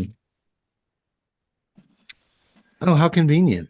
I totally left my last page of notes on the printer. But here's what happened. But it doesn't matter. It obviously all you guys can vouch. It doesn't matter. What happens is the guys are all dead. The bikers are all dead. We have a little epilogue that happens out at the sheriff's house where the remaining town members bid Susie farewell on her way to college. Her pendulous boobed waitress friend is marrying her old ass semi-retarded mechanic former fiance. And Dr. Dave shows up wearing that same jogging suit that he got shot in. I put it in the wash. It's fine now. And he asks where Claire is, Ginger from Gilligan's Island. And the sheriff's widow says, Claire left early. She doesn't like goodbyes. And then we show Claire driving her old jalopy to Vegas to get $200 a pop for doing something there that dirty, naughty. And that's the end. Claire doesn't like goodbyes, but we had to say goodbye to this film. Ted, give us some links. Man, you can, assuming that the website works, you can go to Tuesday Night Cigar Club. No, we have no website. I think it works, yeah. Oh, okay. Yeah. If you just visit our website once in a while, you can go to the Famous Smoke Shop banner, hit in the code TNCC20. It'll get you $20 off of any purchase of $100 or more. You can join us up on Twitter Instagram at TNCC_podcast. Subscribe to us on YouTube, Tuesday Night Cigar Club, to see all of our wonderful videos. That famous promo code really comes in. I posted a review for the Famous Smoke Shop, released an 80th anniversary. This fucker's been in business over 80. Now it's 82 years. But when they did their 80th anniversary, they had Steve Saka make a 80th anniversary cigar for them. And this year he released 2 new sizes of that cigar. And are you guys hearing that noise? What was that? It sounded like a crocodile. Not me. I don't think. Ted, are you still gassed? Not me. What's that? Hello? Okay, let's get the fuck out of here. Anyway, Steve Saka shared our review. 300 something interactions on the thing. So many people didn't know that this was a thing because it had come out in 2020. Anyway, right now, Famous is running a promo, and I could not. Steve doesn't like you sharing sales, or if the minute you start to mention retailers and buying cigars, Facebook gets very weird. But dude, they were running a sale on the boxes, were like $102 a box for the Amber cigar. Plus, they gave you 5 freebies of that cigar, and with TNCC 20 promo code, you could buy a box with 5 freebies, so 15 cigars for $100. That's like $6 a stick. I gave it a 93. It had an amazing toffee nut kind of flavor to it. It's just a classic Saka stick. So yeah, the review looked really good. If we brought anything of value to the cigar community, it is that promo code TNCC20. Well, folks, we will be back. Our March to Halloween will, even though it's fucking 100 degrees here in Central Texas, we might as well get started on that. We're only 2 short months away from our favorite holiday of the year, and should be interesting. Should be interesting to see how those shows go. So thank you for joining us. Thank you for joining us for our therapy session and our regularly scheduled episode. 'Twas fun, and I hope you'll join us again. May the wings of liberty never lose a feather.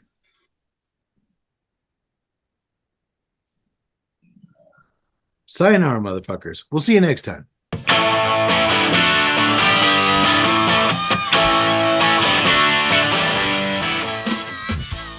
To learn more about the time I was a prospect for a far from ruthless motorcycle club, please read my soon-to-be-published memoir, Born to be Mild, My Life on the Road with the Satan's Boners, by Keith A. Howell. You see, the Satan's Boners MC wasn't about drugs and violence, and it wasn't really about motorcycles either.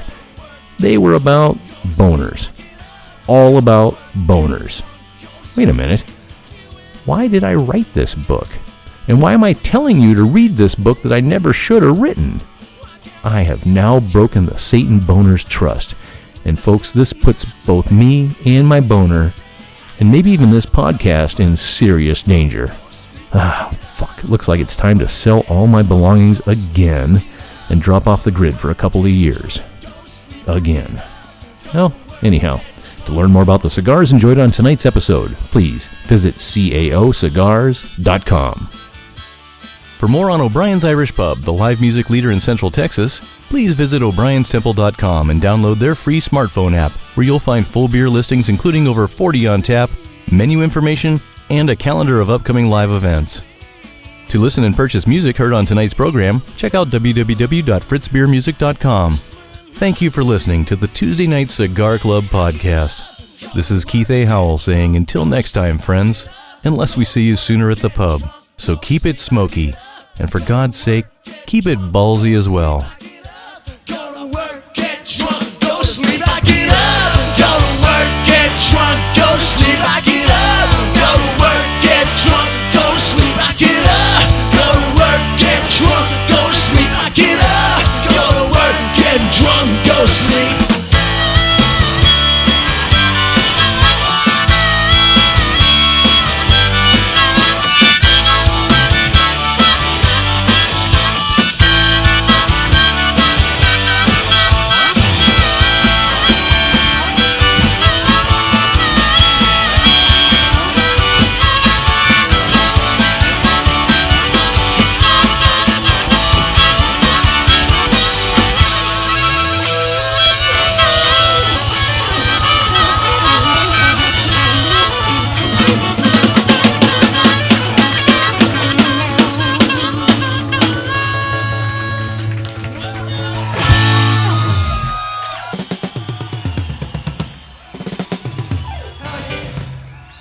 Well, let me tell you, the show is over, folks, all right? The party is starting right now.